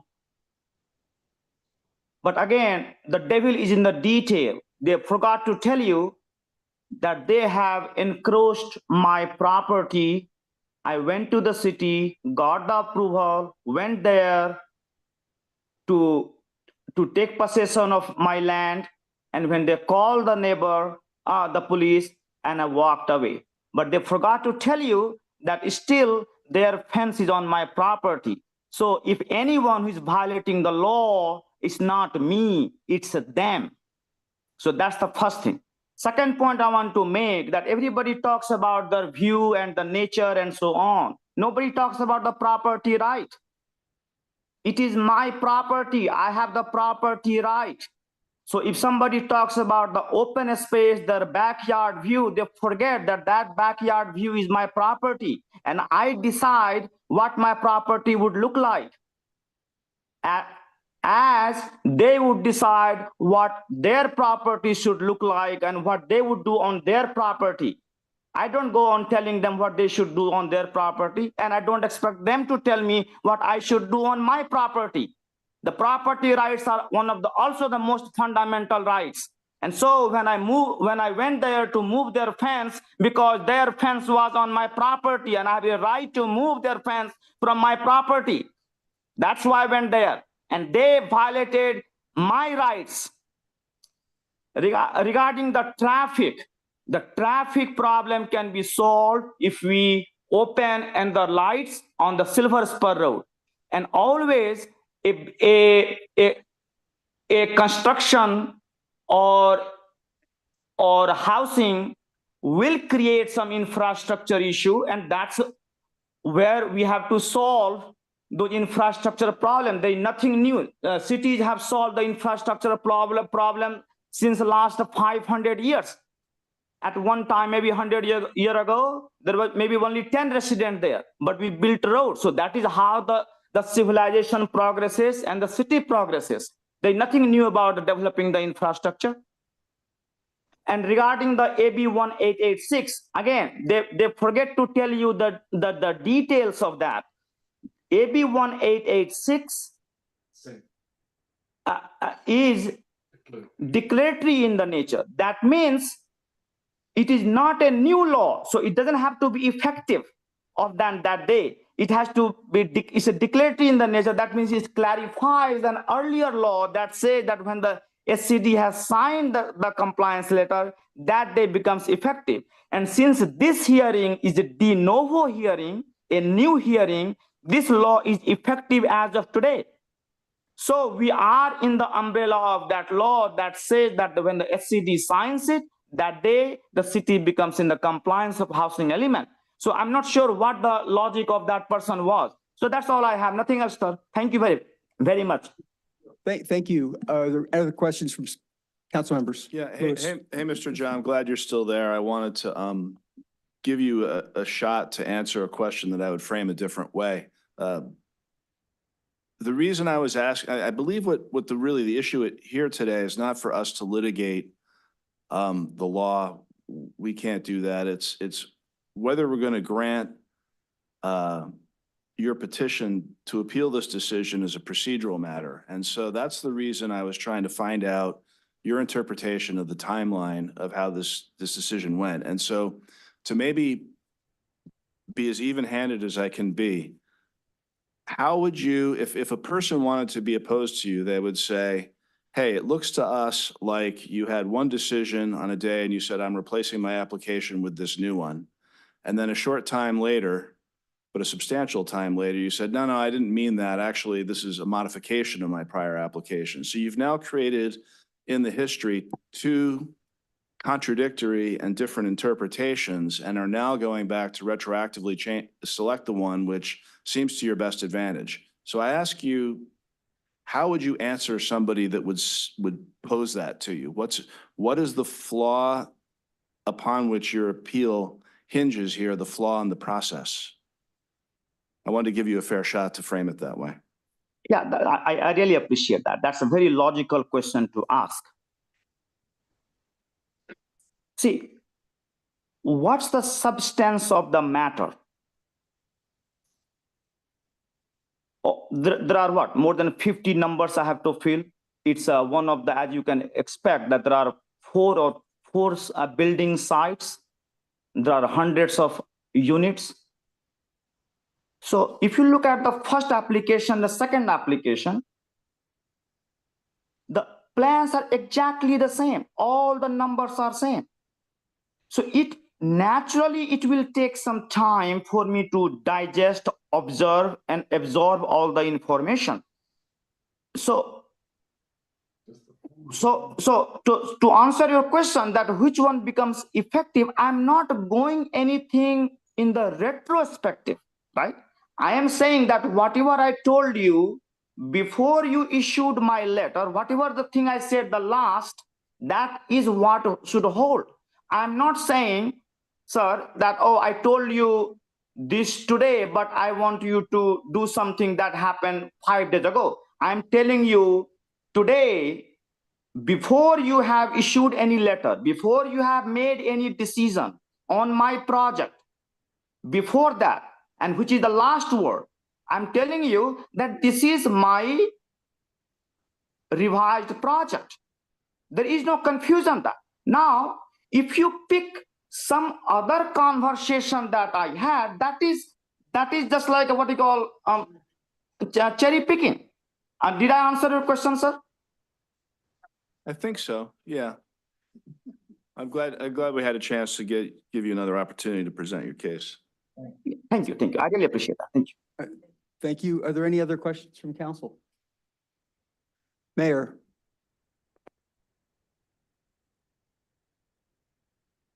Sorry, no questions. Okay, thank you. Thank you very much. We'll close the public hearing. And are there any questions of the staff at this time?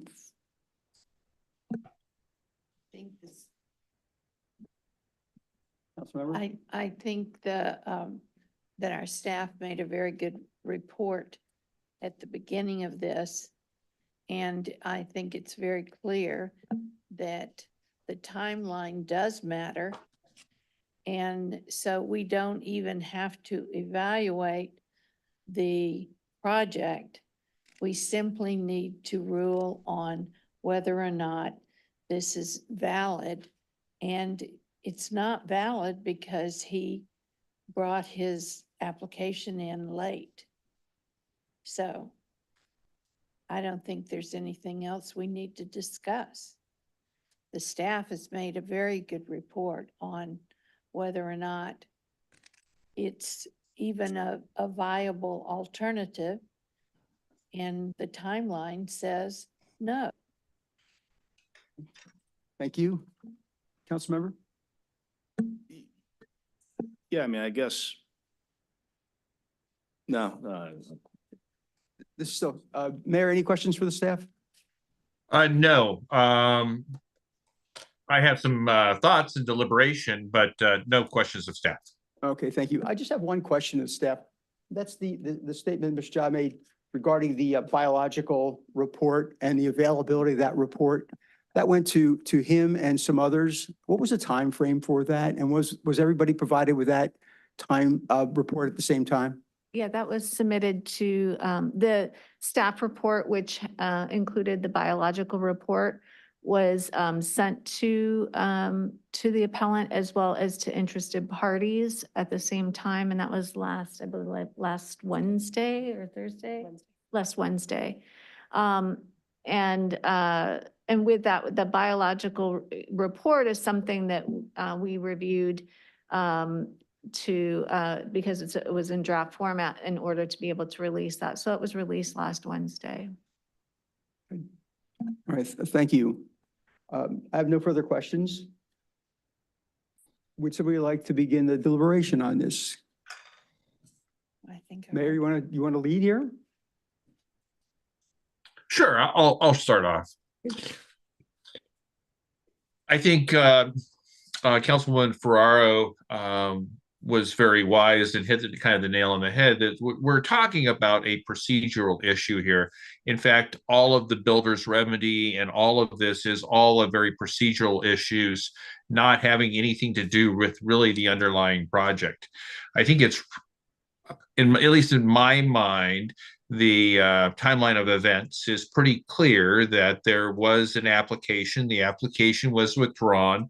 The application was then resubmitted in a very different form to what it was when it was originally filed, which is, of course, every developer's right to go change their project. But I think with that being said, I think this is a relatively clear case of that the terms and conditions of the procedural issue were not met. And I am inclined to support staff's recommendation of denying this appeal. Thank you. Any additional comments? Yeah, I withdrew my comments before because I'm really opining as opposed to asking questions of staff. It's opine time now. Yeah, so I'm going to opine a little bit. And so two things. Number one, I am a property rights guy, and Mr. Jha made a case of, hey, this is his land and he has a right to develop it. And he does, right? But it has to be under the applicable governing law. And I was disappointed when he said that he would not want to try to make any developments under our municipal code. I hope he will. We're going to need, our city needs responsible development that complies with our code and, adheres to environmental regulations. So I hope in the future he might reconsider that position. But in this case, we have competing interests, right? So the procedures matter. We have, on the one hand, his interest, and he said that the interpretation should always be biased towards the builder. I'm not sure I see it that way. We have a lot of people here who are opposed. Well, if we tilt one way in the procedure or look the other way about a missed deadline or a conflicted response, then we're really disenfranchising the people who also have a stake in the matter. And on the same way, if we were to tilt their way, it's not fair. So we have to go by what actually happened. And, for me, I'm inclined to see it the mayor's way. There's no doubt, there's no dispute that he withdrew the first application. And, had he answered 30 minutes later and just said, oh, wait a minute, I mistyped, I didn't read it, it's early, but it was 2 weeks later. That is a completely different matter. So as far as the procedure goes, it looks like to me the procedure was followed, and there's not really grounds, in my view, to grant his petition to deny the decision of the planning committee. Thank you. Thank you, Councilmember. I really don't have much to add. I concur with my colleagues. I think that this is procedural. The timeline, the detailed timeline of the chronology of the events that occurred are very clear. And I believe that the law is on our side. And I'll just stop there and ask for a motion. I'll move the staff recommendation to deny the appeal because it wasn't made in a timely fashion. And that's it. Okay. Do we have a second? Second from Councilmember Lewis. Any other- Council, just clarification does that include also adopting the resolution proposed by staff? Yes. Okay. Councilor Lewis, Yes, agree with that? agreed. Seconded. Okay, roll call, please. Certainly. Councilmember Ferraro, Yes. Councilmember Lewis, Yes. Councilmember Peristam, Yes. Mayor Bradley. Yes. Motion passes. With that, we can move to our item number 2. Well, next time we'll call the Vice Mayor Pro Tem back into the room And Councilmember, maybe we could take a 5-minute break to clear out the room and transition. That's a good idea. Okay. That's a good, it'll give us a chance to transition too. Thank you. Thanks for coming out.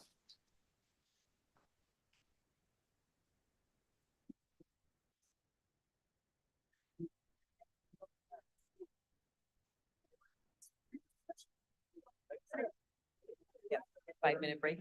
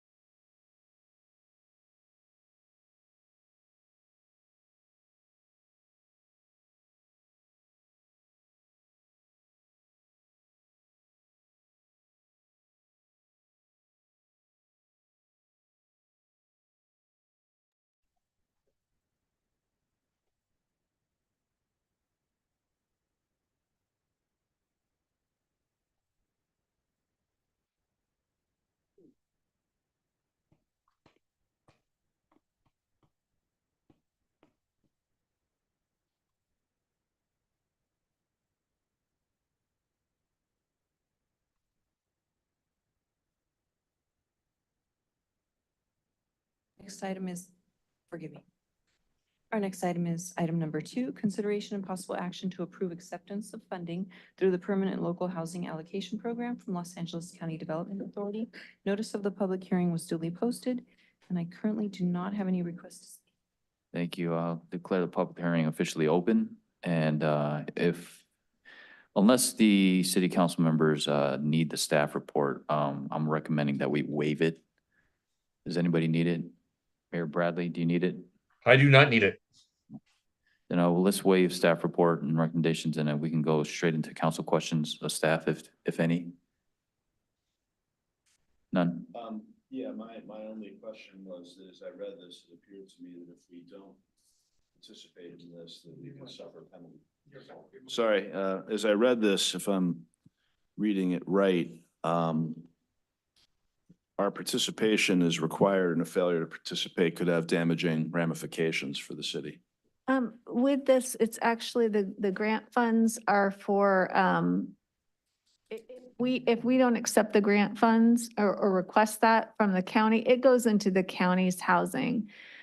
The point of having these funds, though, is so that we can fund some of our housing programs from our housing element. So it's not going to say that we won't do our housing element programs. It's just this is a great funding source for 2 of those programs. Clear. Thank you. Any other questions, comments at this point? No? Okay, do we have any testimony from the public at this time? Mayor Pro Tem, we do not. Okay, then I will go ahead and close the public hearing. Thank you. We'll enter into council deliberations. Any comments, Councilmember Persam? I think you did have a comment. No? On this one? On the next one? Okay, but not this one. Okay, Mayor Bradley, do you have any questions? No comments or questions. Okay, then can I have a motion, please, to? Move to accept. I'll second the motion to approve staff recommendation. Thank you. Roll call, please. Certainly. Councilmember Peristam, Yes. Councilmember Lewis, Yes. Councilmember Ferraro, Yes. Mayor Pro Tem Seo, Yes. Mayor Bradley. Yes. Motion passes. With that, we can move to item number 3 under regular business. Consideration and possible action to receive an update report on the Abalone Cove Landslide Abatement District's ACLAD deep dewatering well plan. Late correspondence was distributed earlier, and I do have one request to speak. Okay, thank you. And are we gonna have our speaker now? Yeah. Please. Or do you want to do staff report? Okay, let's do a staff report first then. Thank you.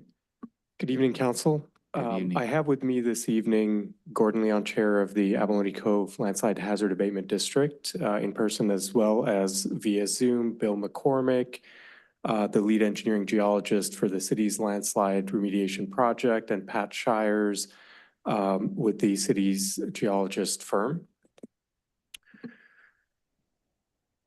And to lead off this item, you'll recall that on February 4th, the City Council directed staff to work with ACLAD to further define the ACLAD proposed deep dewatering well plan, including the numbers and locations of wells, geologic data collection, instrumentation, as well as operations and maintenance costs.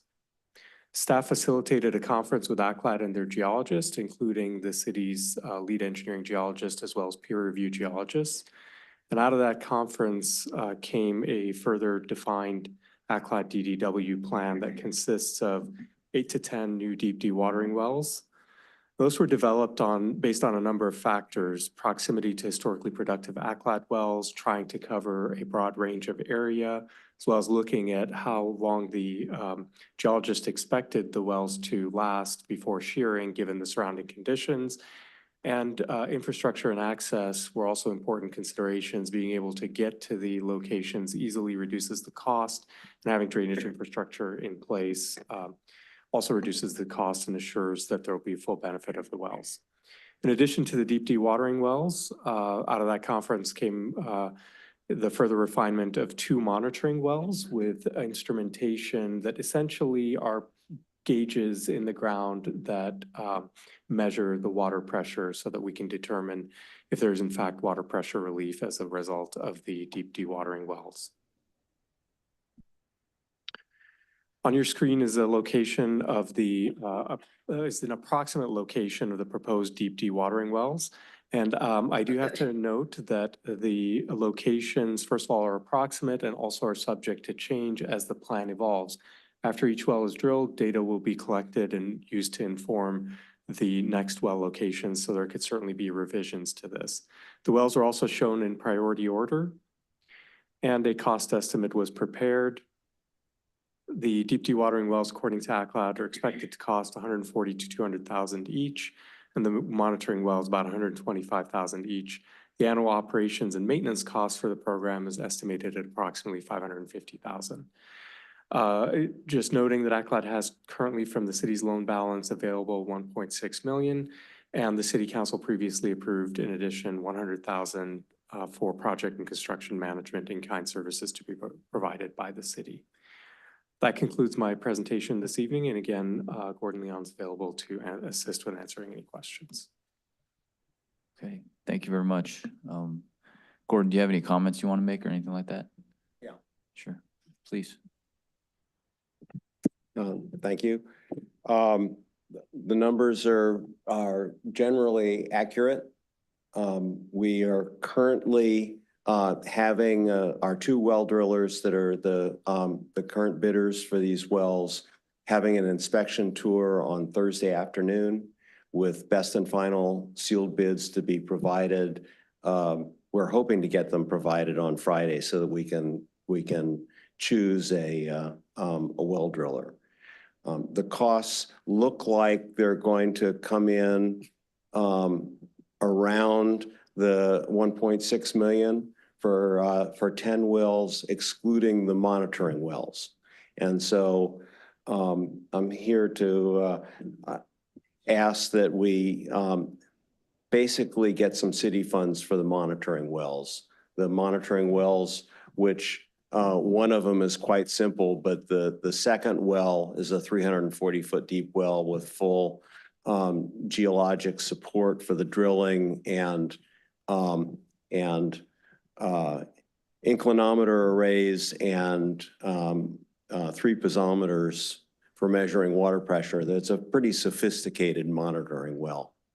And so that is likely to run, and I don't think we're going to be 125 each for the monitoring wells. I think we're probably going to be at around 125,000 for both of them because we've simplified one of the wells.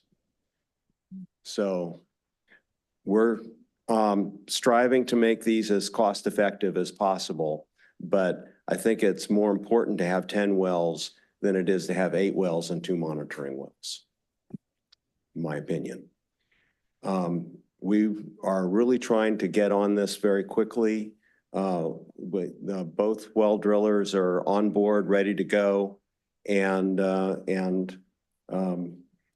I guess other than that, I'm here to answer any questions. Does council have any questions? Councilman Parasam. Thank you, Mayor Pro Tem. In the discussions and I think you prefaced this by, these aren't the exact locations.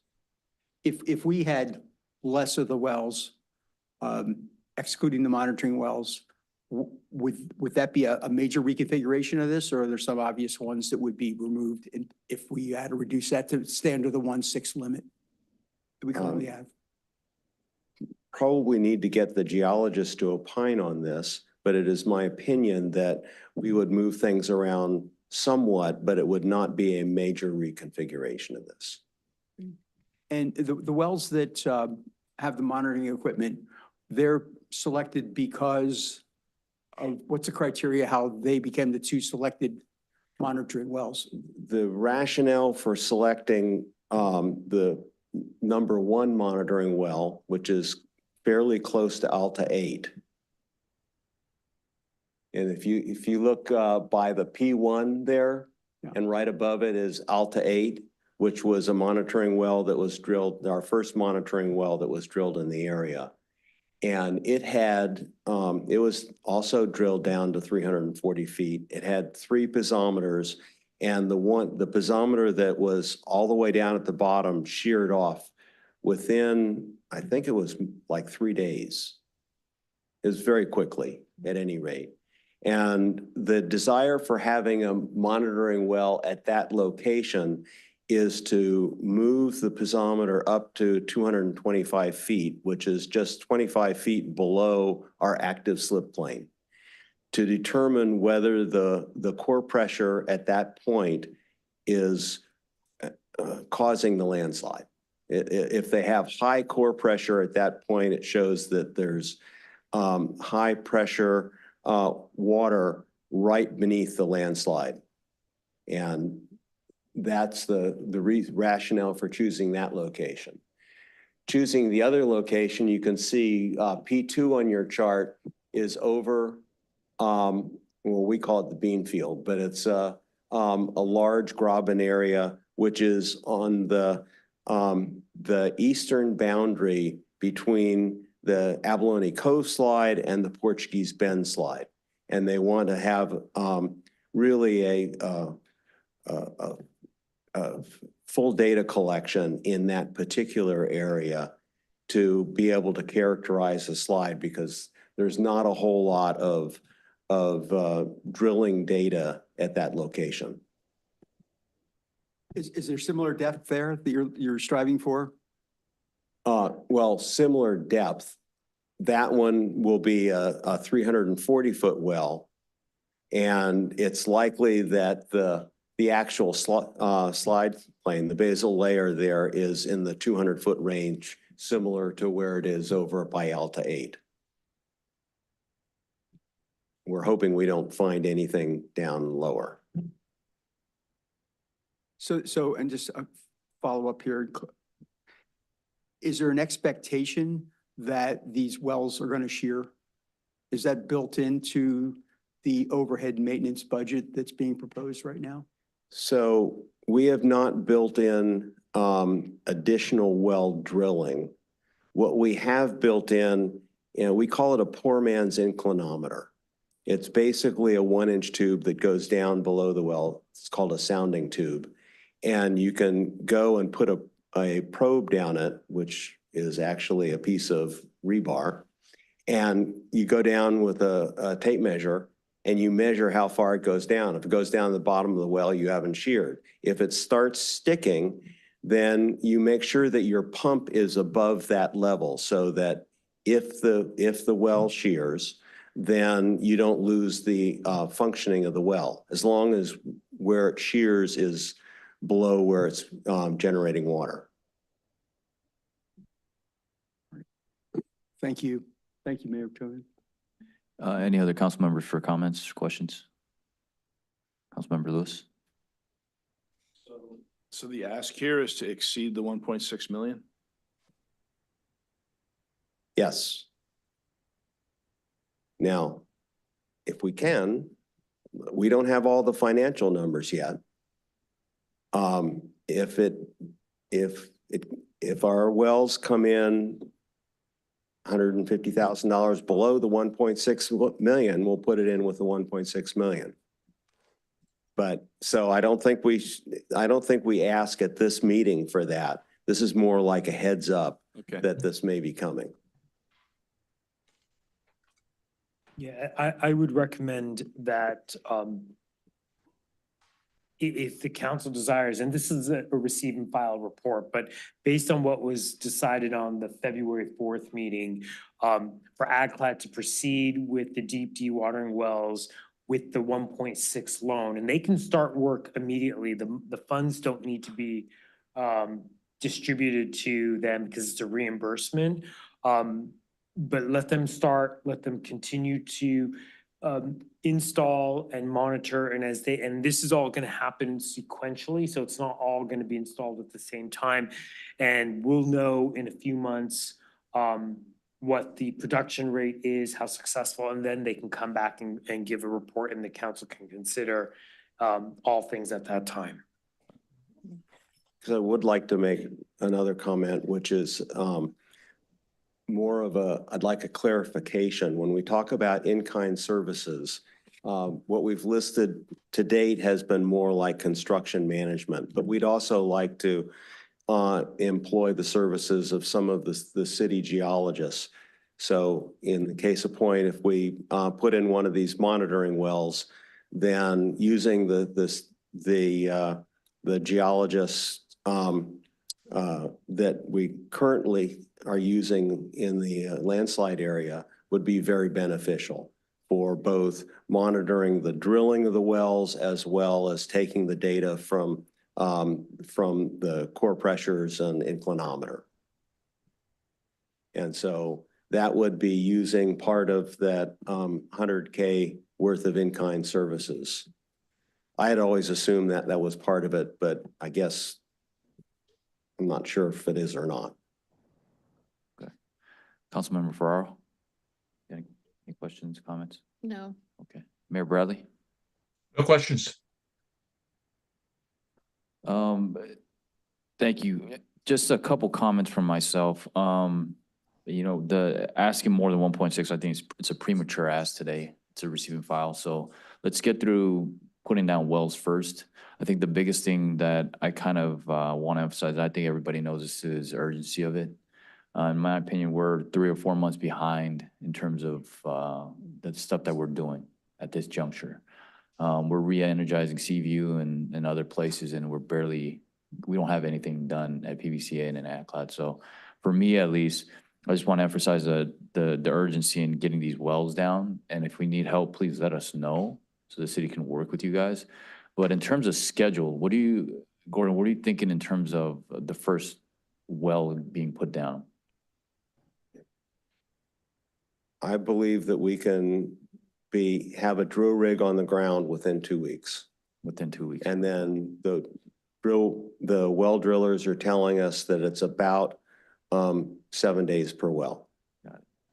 7 days per well. Yes. And Ramsey and Ara, I'm assuming when we put these wells down, we're gonna be taking the data to see if they're effective or not, and then moving on to the next one, correct? We're not just drilling all and burning all the money all at the same time, right? That's correct. And it may not be one and then wait, collect data, maybe a couple, 2 or 3 to see the benefit as we collect data and then continue with the plan. But there would be checkpoints before we have full build out. I just wanted to make sure. Okay. I don't have any other comments. Councilmember Parson, yes. I would like to add one thing here, and I've been saying meeting after meeting that we have a rare opportunity to actually set up a performance measurement process right now before we start something. I know we historically capture data on gallons removed, but in this case, we need to benchmark what we're doing here as a baseline. And this is the beginning, and we're probably going to live with some of this for a long, long time. So it would be really great to collect information on, obviously, gallons removed, the land movement, and I have one more question on that, pressure changes, and also rainfall. So we see what possibly could be some kind of relationship, not correlation, but causality as well over the long term. So it's a great opportunity. So I would like to see that get put in place. If there's something that we measure it, it's in place now, we measure it right before as a last, before we do things. If there's something that's going to be added, that it's going to be a new measurement, then that first look at it will be our new base case. But something that we can rely on and go to, and it's really simple, and right away we can track this for the foreseeable future and see our progress. And I know that I may not seem enthusiastic about doing monitoring wells, mostly because I think it takes a little bit away from our core business. But in general, I support the science, and I'm a database person myself. And we have been trying to, we collect tons more data than we did 3 years ago before I joined ACLAD. And we went from checking our wells basically on a monthly basis to right now we've got a team of 10 or so volunteers that are checking wells every day, turning them on, turning them off, and we're doing a lot of water measurements and going through and doing poor man's inclinometer measurements will be the next thing I train the team on. Well, I appreciate the rigor that's in the system and the process now. So I just want to make sure we formalize that and go forward. Thank you, Mayor Pro Tem. Any other comments? Okay, can I get a motion to receive and file this specific item? Mayor Pro Tem, before. Yes. Yeah, I just want to clarify based on the comment the speaker made about the in-kind services. I just want to reiterate and emphasize for the speaker that yes, we would use our city geologists if needed and any of our resources to help ACLAD out. And we do the same for KCLAD as well. So that's a given, and that doesn't count against the 100,000 that the council approved towards project management services. So very separate, and we would continue to provide those in-kind services. Thanks, Aura. Can I get a motion to Move receive? To receive and file. Can I get a second, please? I'll second. Roll call. Yes. Member Peristam, Yes. Councilmember Ferraro, Yes. Mayor Pro Tem Seo, Yes. Mayor Bradley. Yes. Motion passes. With that, we can move to future agenda items. Anyone have any future agenda items? Thank you. And late. Councilmember Lewis.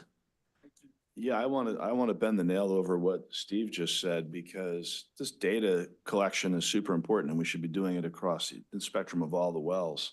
I would love to see, as a routine part of when we come here every 2 or 4 weeks and talk about this topic, a table of data, because like it just rained a lot. I would love to know when or if pressure increases, when or if well output increases. It would logically increase after rain, but it could be days, weeks, or even months later, depending on the lag time to go through. But just to have this in a spreadsheet, you know, every weekly measurements of pressure and yield for every well, including the new ones we're going to put in. I mean, I think I couldn't imagine we would get by without it. So you probably have it if you have it presented. If you don't have it, let's start compiling it and start presenting it. I would be very grateful for that. Any other items you guys want to add on? None? And that we wouldn't consider that a future agenda item. We'll just add that to the routine reports that come every 60 days. Okay, that would make sense. Okay. Madam Clerk, next item. The next item are the city council oral reports. Any oral reports from any city council members? Mayor Bradley? Nothing tonight. Ferraro? Nada. Councilmember Peristam? Yes, sir. I had the opportunity to, as a member of the subcommittee on public safety, attend the four-city meeting, quarterly meeting. And as usual, I mean, I'm learning it. There's a lot of activity going on that we don't really get to see and convey to the public. And I was very happy to be a part of that process. And I think some of that, particularly in fire safety, we're going to see some of that come out at the town hall in a couple of days. And I look forward to the next quarterly, and there's a lot of work done in preparation between those quarterly meetings. So I'm happy to be on that subcommittee with you. Thank you. Hanging out. Councilmember Lewis? Pass. Thank you. I don't have anything. Thank you very much. We'll move on to the next item, which is adjournment, and I will adjourn this meeting at 9:38 p.m. Thank you, Mayor. Thank you, guys. All right, have a good night. Good night. Have fun in Alabama. Good night. Thank you.